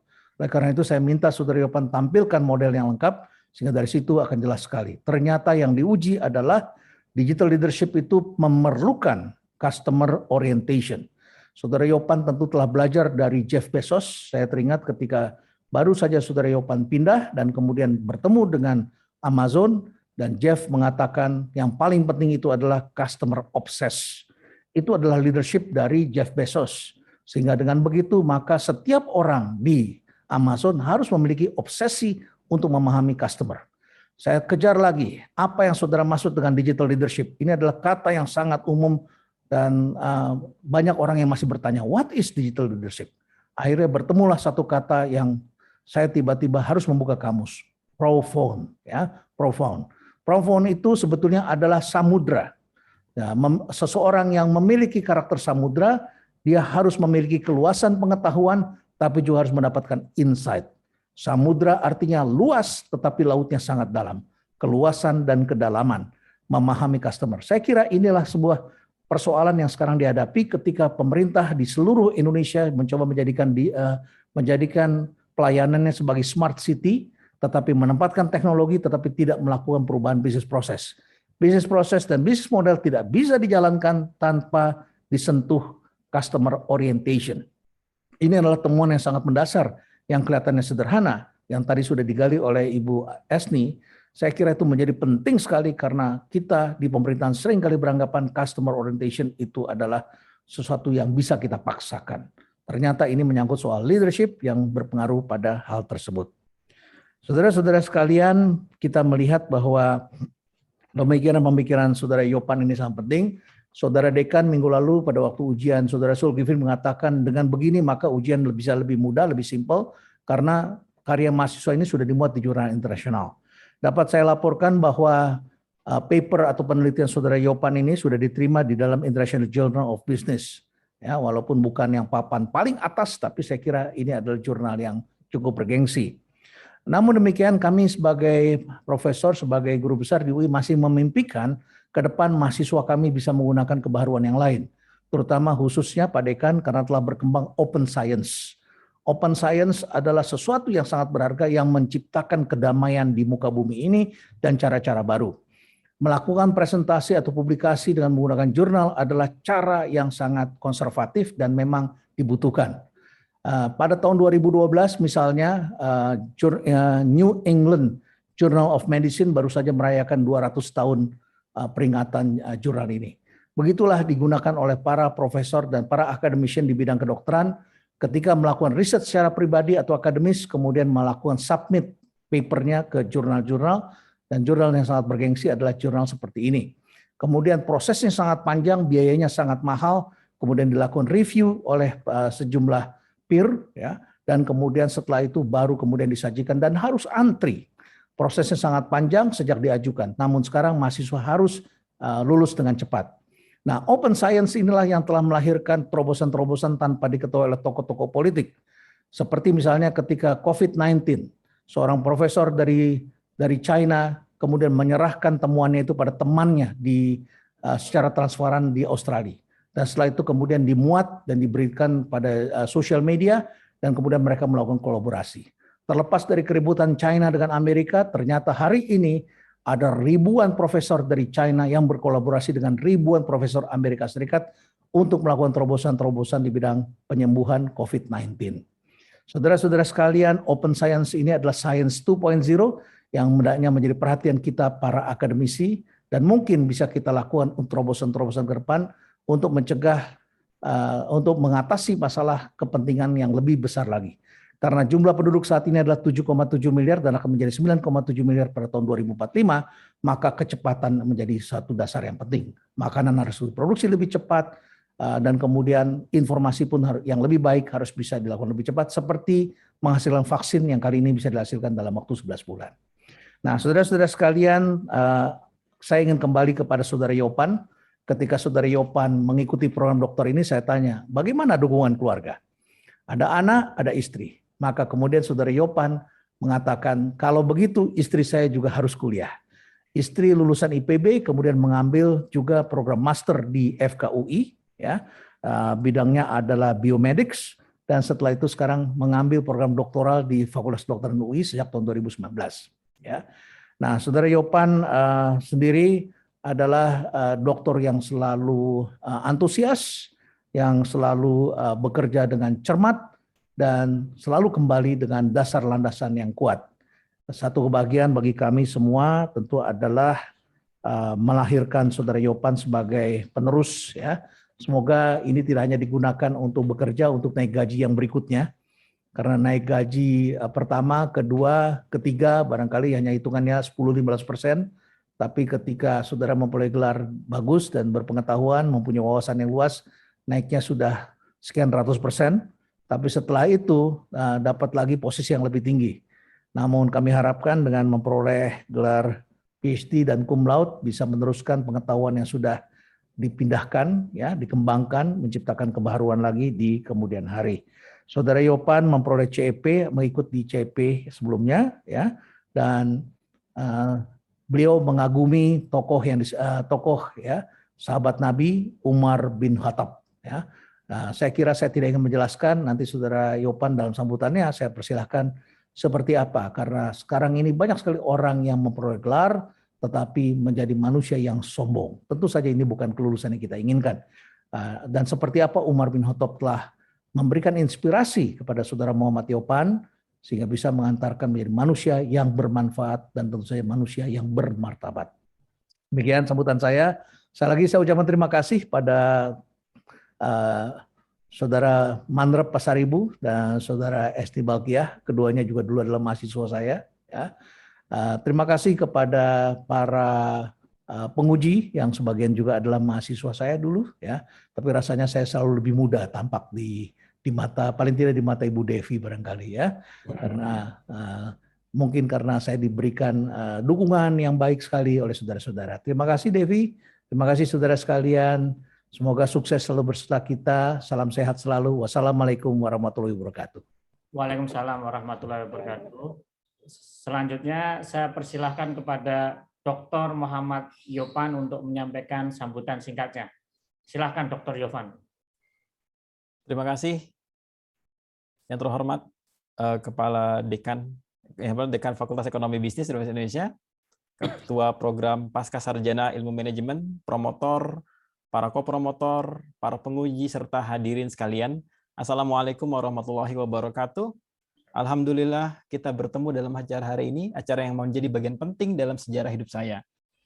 Pertama-tama saya bersyukur kepada Allah Subhanahu wa taala yang atas berbagai nikmat dan keberkahannya hingga akhirnya saya berada di hari ini.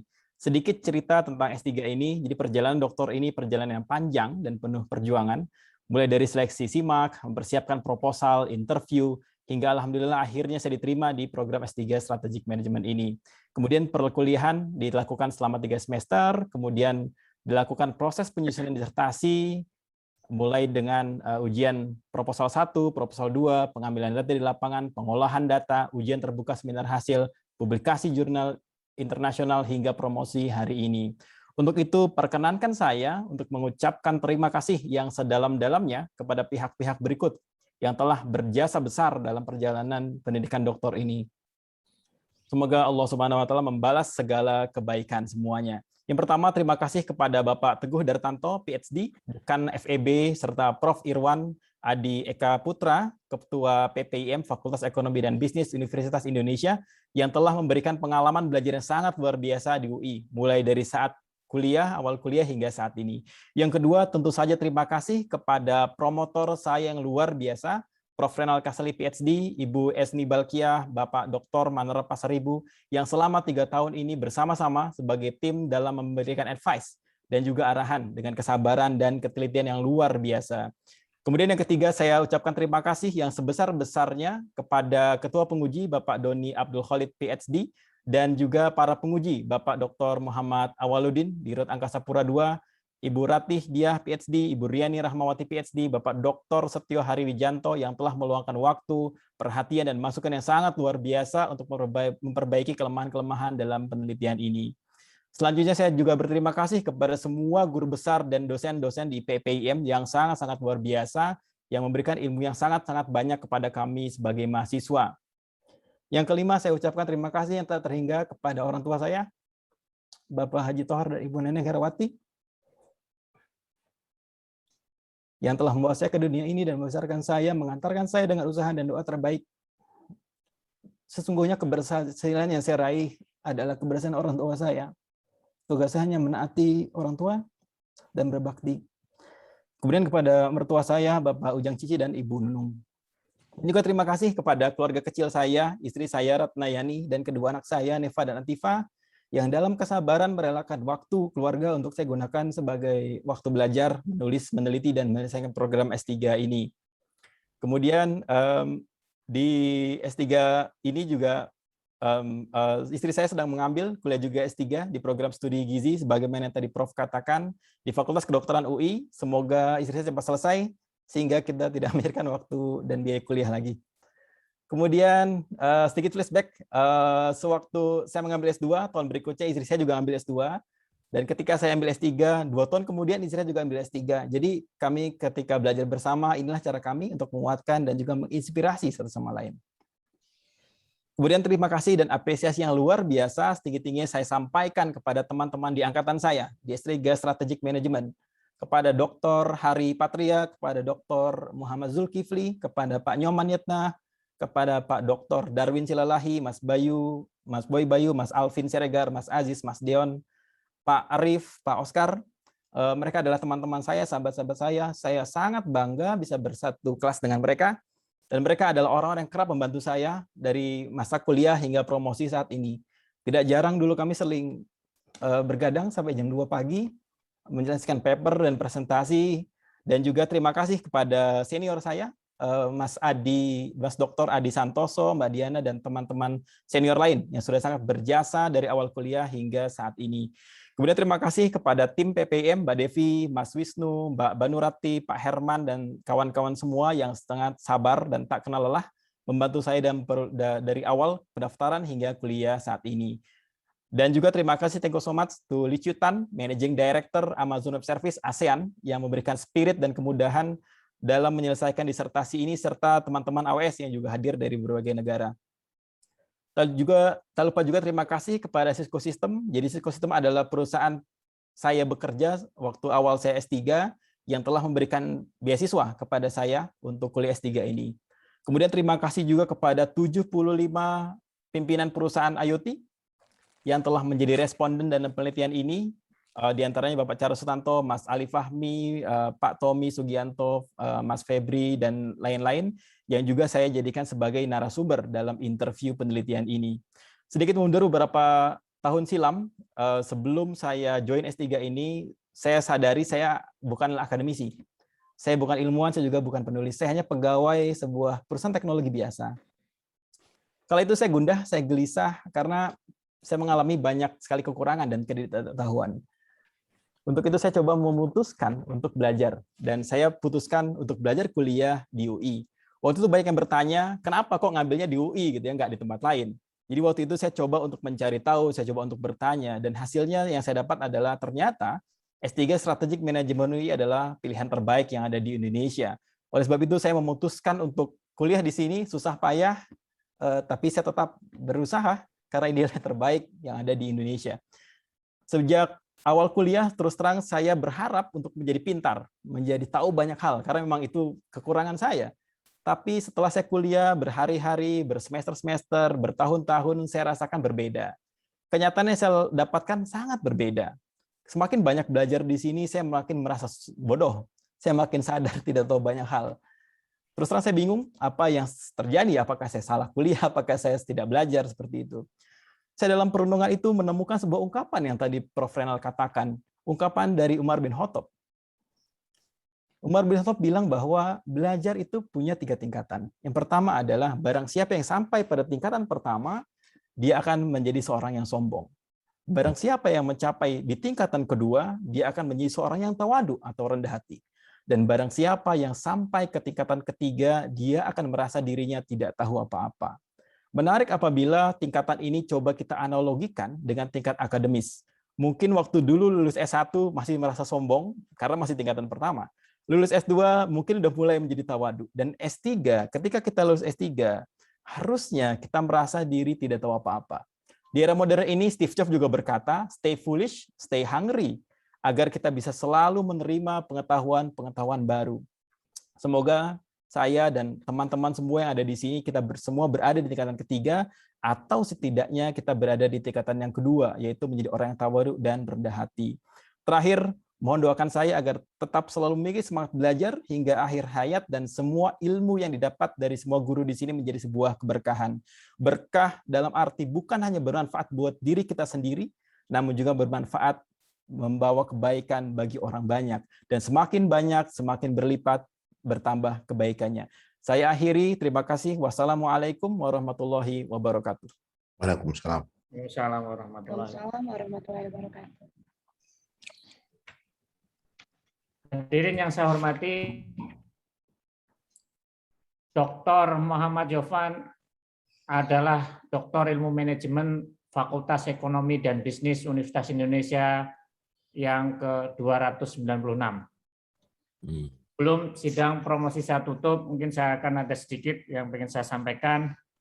Yang pertama adalah saya ucapkan selamat buat Dr. Muhammad Yofan dan juga keluarga. Tadi disampaikan bahwa ada istri Ibu Ratnayani dan putra Neva dan Atifa.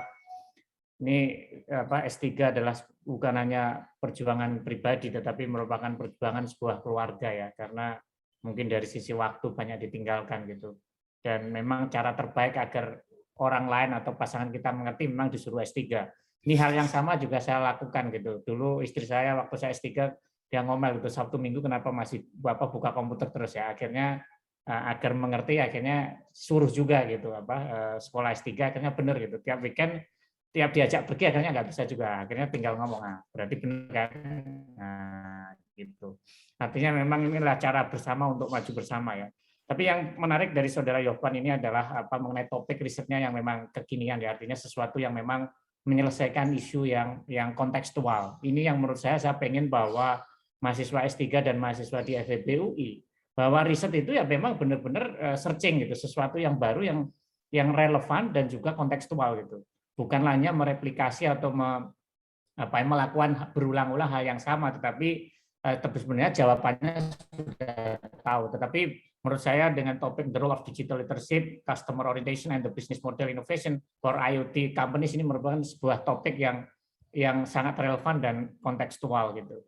Dan yang sangat menarik bahwa S3 ini yaitu tadi bahwa mengutip dari apa yang disampaikan Dr. Yofan dan kami di FEB UI kita ingin membalikan bahwa apapun adalah mahasiswa kita tetap adalah back to the being a human. Being human adalah intisari dari pendidikan yang akan kita jalankan di FEB UI. Dan saya menarik ini tadi disampaikan oleh Prof. Renal bahwa mungkin ada baiknya bahwa mungkin prodi-prodi di S3 ataupun di S2 ini mewajibkan untuk membaca buku lah minimal kalau nggak 3, 1 dari Yuval Noah Harari gitu. Misalnya ada di tirak saya ini A Brief History of Humankind gitu. Karena apapun itu tingkatan tertinggi dari kehidupan ini adalah being a human. Artinya ini juga mungkin bisa memberikan pemahaman yang baik buat mahasiswa mungkin S3 terutama di strategic management ini yang background-nya berbeda-beda gitu. Sehingga mungkin ada yang sangat biner gitu 1-0 atau engineer kaku, tetapi mungkin dengan membaca buku-buku ini membuat kita back to the basic dari humankind gitu, being a human. Itu menurut saya perlu ya, ini mungkin nanti bisa disampaikan ke Pak Kaprodi bahwa ini adalah mungkin sebuah cara bagaimana membuka wacana dari mahasiswa S3 kita yang berbagai ragam bidang sehingga bisa memahami gitu sebuah proses bahwa kita back to the basic sebenarnya. Dan di FEB UI sendiri saya pribadi mencoba berangkat kembali, menata ulang kembali bahwa value-value apa sih yang akan kita perjuangkan di FEB UI. Artinya kita back to the values, artinya yang pasti ada nilai dasar dari UI, veritas, probitas, justisia, tetapi di FEB UI sendiri kita pengen membangun sebuah value dasar bagaimana kita mengembangkan pendidikan. Yang pertama adalah humanity, artinya dasar dari apapun adalah manusia dan kemanusiaan.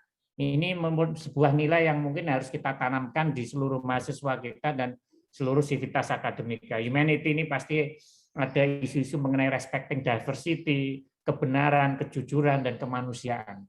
Dan yang kedua adalah equality. Artinya kita pengen membangun sebuah fakultas yang memberikan treatment yang adil, yang setara kepada siapapun, regardless misalnya suku, agama, ras, dan political bukan affiliation ya, mindset. Ini yang kita ingin bangun. Itu adalah dasar. Tetapi ada dua hal dasar lagi yang mungkin kita harus perjuangkan bagaimana kita menghadapi perubahan. Yang pertama adalah fearless creativity, kreativitas yang tanpa ada rasa takut. Ini yang pengen kita tanamkan sehingga kita mendorong seluruh sivitas akademika di FEB UI untuk selalu berkreasi tanpa ada rasa takut. Yang keempat adalah agile. Bagaimanapun juga perubahan itu harus selalu ada. Kita akan menghadapi sebuah teknologi yang belum pernah ditemukan, permasalahan yang belum kita tahu di depan, dan pekerjaan yang belum pernah ada. Bagaimanapun kita harus mendorong seluruh sivitas ataupun mahasiswa untuk selalu agile. Tetapi ini harus dibalut di dalam sebuah lingkungan yang friendly dan kolaboratif environment. Ini yang pengen kita bangun, bukan lagi yang kompetisi oke, tetapi bagaimana kita eranya adalah sekarang collaboration. Ini yang pengen kita bangun di FEB UI, dan kita membangun back to the philosophy dari education itu sendiri. Berikutnya memang ini sekali lagi S3 dari Dr. Yovan ini memegang sebagai alumni FEB UI ada nilai-nilai yang harus dipegang ya, dan ini harus menjadi nilai ataupun sebuah value yang diperjuangkan nanti ke depan. Semoga ini Dr. Yovan bisa membawa nama baik dan dari sebagai alumni FEB UI. Dan kita berharap tadi dengan lulus cum laude, lulus 4 tahun, artinya mohon tadi disampaikan ke kolega-koleganya bahwa sekolah di S3 PPIM ataupun FEB UI ini juga bisa diselesaikan tepat waktu dengan capaian yang luar biasa. Dan selain itu selama ini jika sudah menyumbang melalui SPP di FEB UI, nanti ke depannya kita berharap kontribusi-kontribusi lain melalui iluni FEB UI. Kita dengan tangan terbuka ya kalau masih pengen bayar SPP dengan cara yang lain gitu. Ini ya pesan sponsor saya.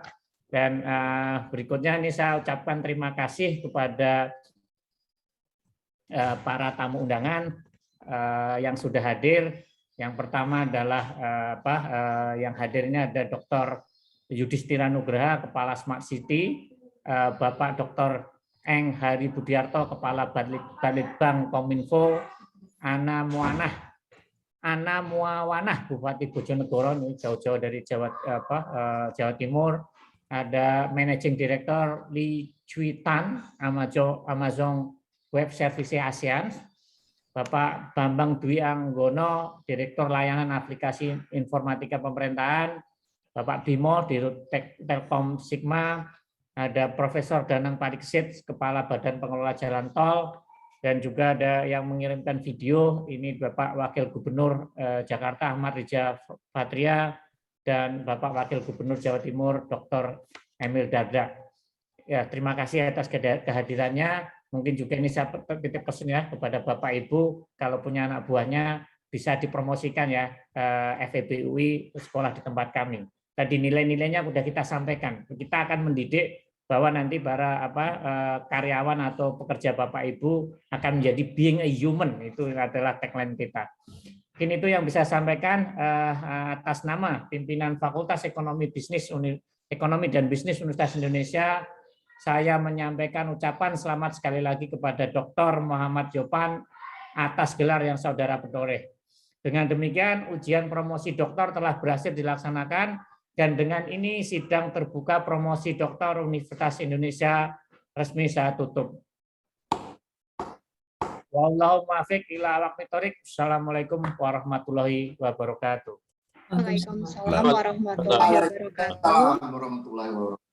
Dengan demikian sidang promosi dokter di Universitas Indonesia telah selesai. Kami persilakan Bapak atau Ibu pembimbing serta penguji dan para tamu undangan untuk dapat membuka kameranya agar dapat dilakukan foto sesi bersama secara virtual. Kami persilakan Ibu Banu dan Ibu Lady untuk mempersiapkan. Silakan diaba-aba. Ya, selamat siang Bapak Ibu. Silakan membuka kameranya semua.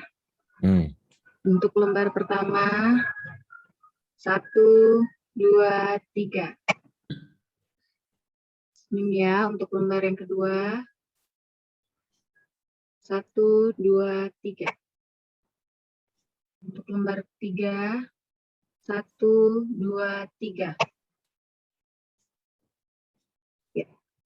Baik, terima kasih. Sudah cukup Ibu Banu? Ya. Baik, kami ucapkan terima kasih kepada Bapak Dekan serta Bapak tim penguji ataupun pembimbing atas waktunya. Kami silakan untuk dapat meninggalkan room sidang ini.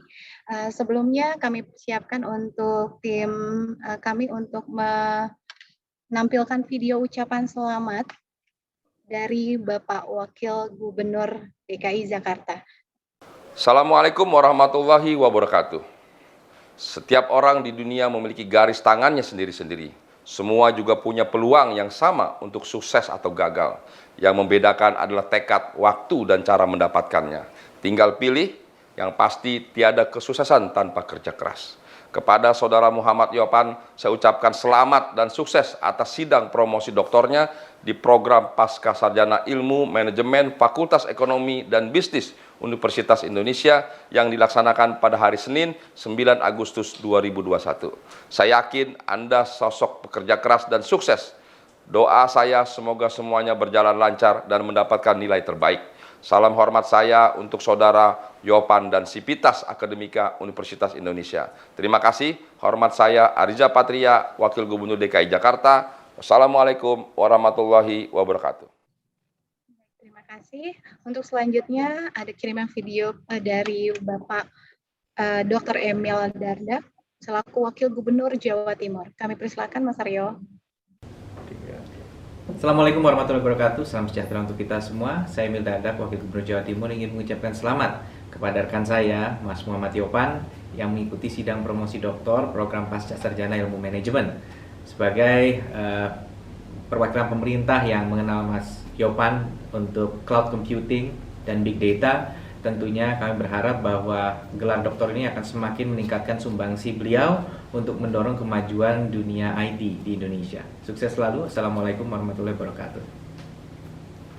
Waalaikumsalam warahmatullahi wabarakatuh. Dan kami mempersilakan untuk waktunya. Apa masih ada Dr. Yudhistira Nugraha selaku Kepala Jakarta Smart City? Apa Bapak masih join di online ini? Kami persilakan untuk memberikan ucapan langsung kepada Bapak Dr. Muhammad Yopan. Kami silakan Bapak. Ya, sebelumnya terima kasih. Assalamualaikum warahmatullahi wabarakatuh. Selamat siang. Selamat kepada Dr. Yopan.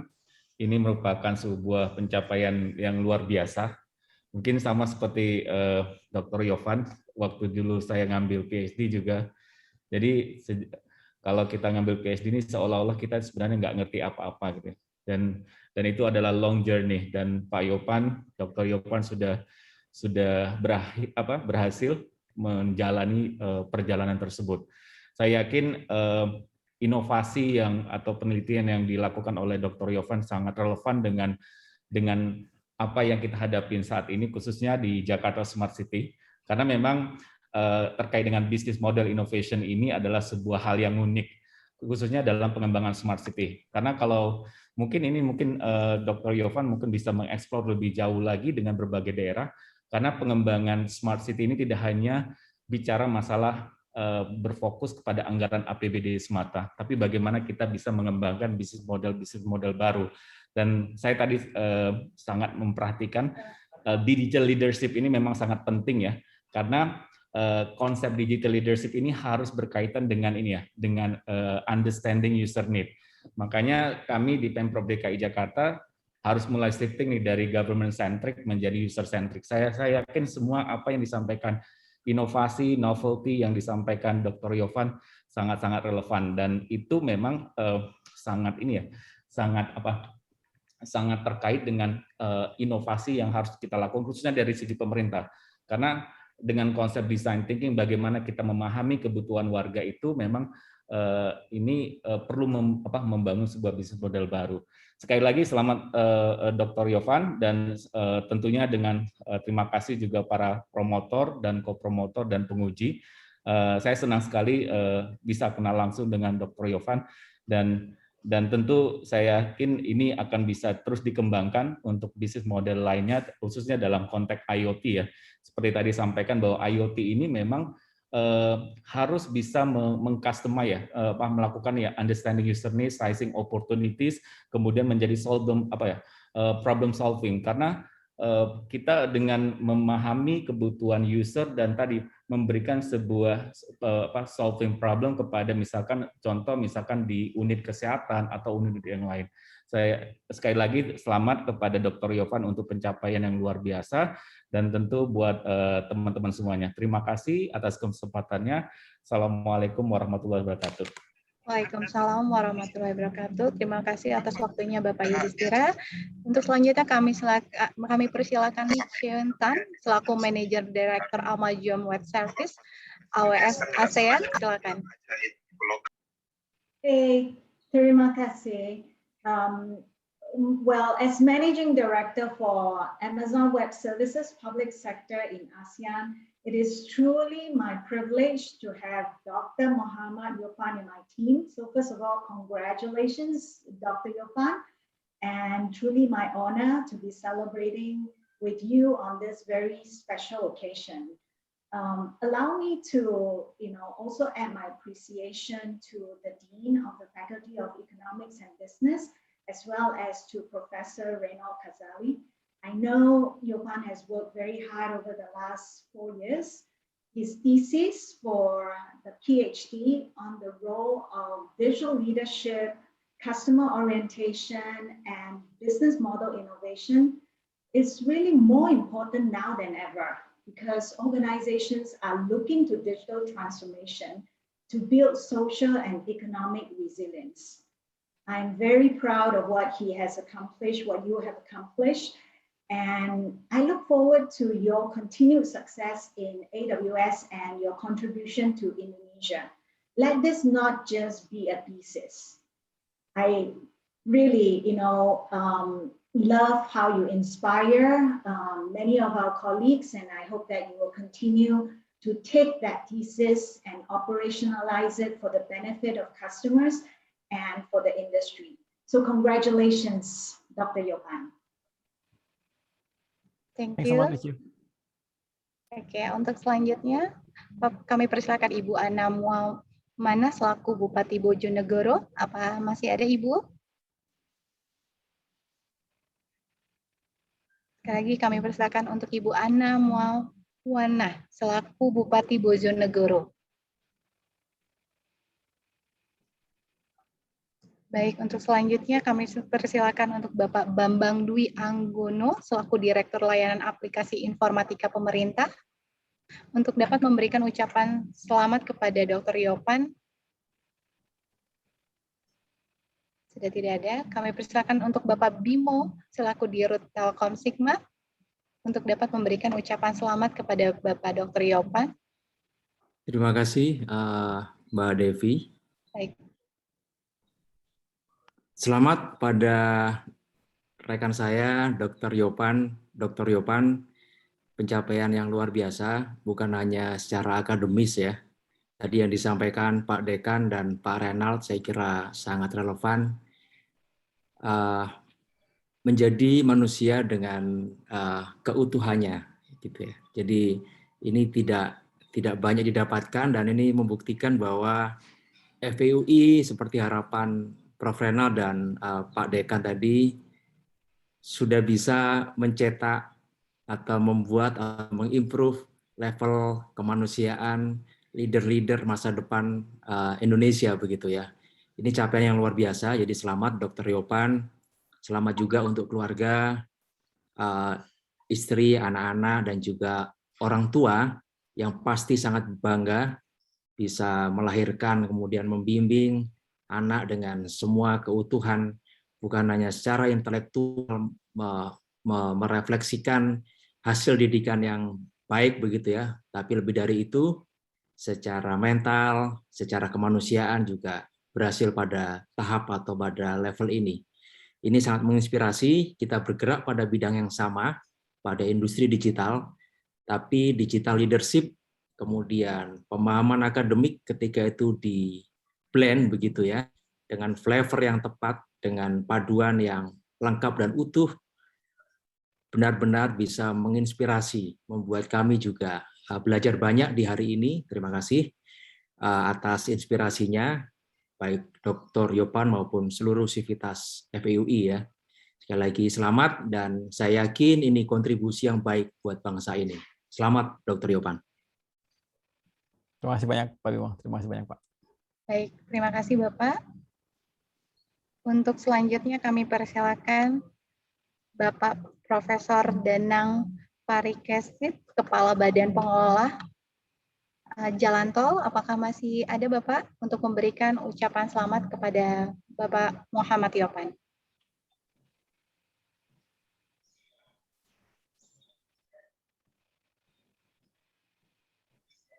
Baik, kami persilakan untuk selanjutnya Bapak Profesor Danang Parikesit, Kepala Badan Pengelola Jalan Tol, untuk memberikan ucapan selamat kepada Bapak Muhammad Yopan.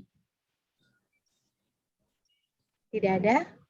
Dan kami akan berikan waktu 15 menit bagi para tamu undangan untuk memberikan ucapan langsung secara virtual kepada Dr. Muhammad Yopan untuk dapat menyalakan kamera dan audionya. Jika Bapak dan Ibu ingin memberikan ucapan langsung, silakan.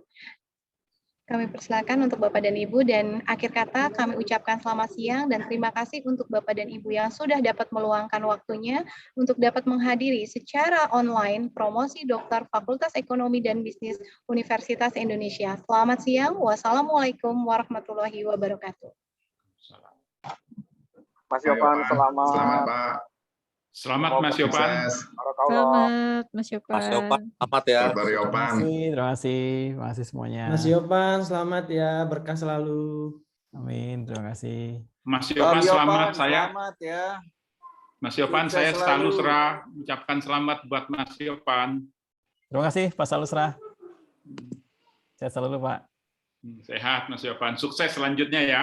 Amin, terima kasih banyak Pak Salusra. Sukses. Selamat Mas Yopan. Semoga berkah selalu Mas. Terima kasih banyak Mas Fadli. Mas Yopan, Assalamualaikum.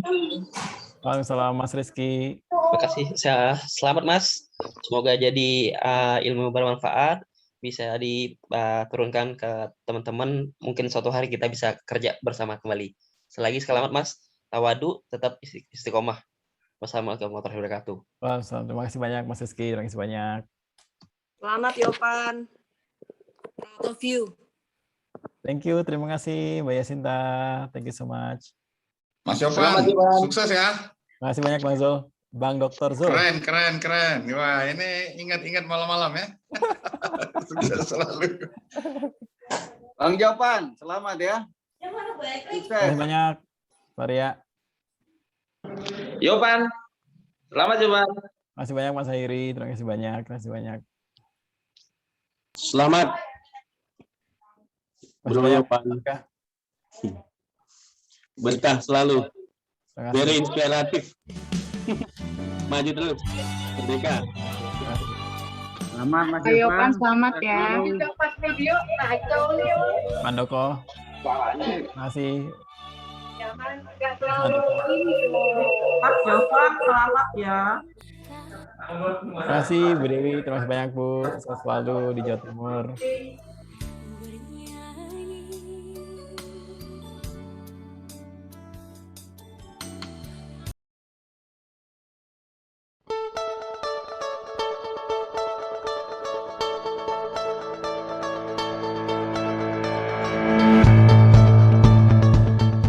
The Faculty of Economics and Business, University of Indonesia, FEBUI, is a modern, dynamic, and welcoming campus, a place to study for the nation's future leaders.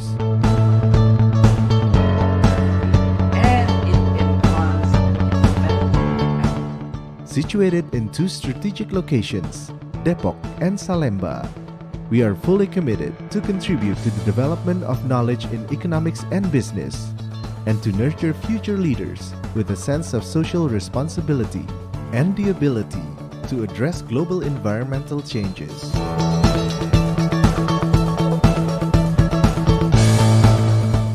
For over 65 years, we have produced the country's best graduates that will potentially play important roles both in the Indonesian government and the private sector.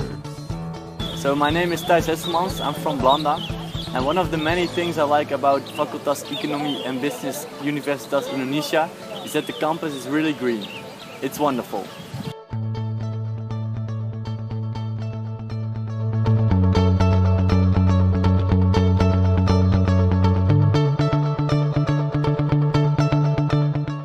In the future, we are aiming to become Asia's leading economics and business learning center, which contributes to the development of Indonesia and the global community.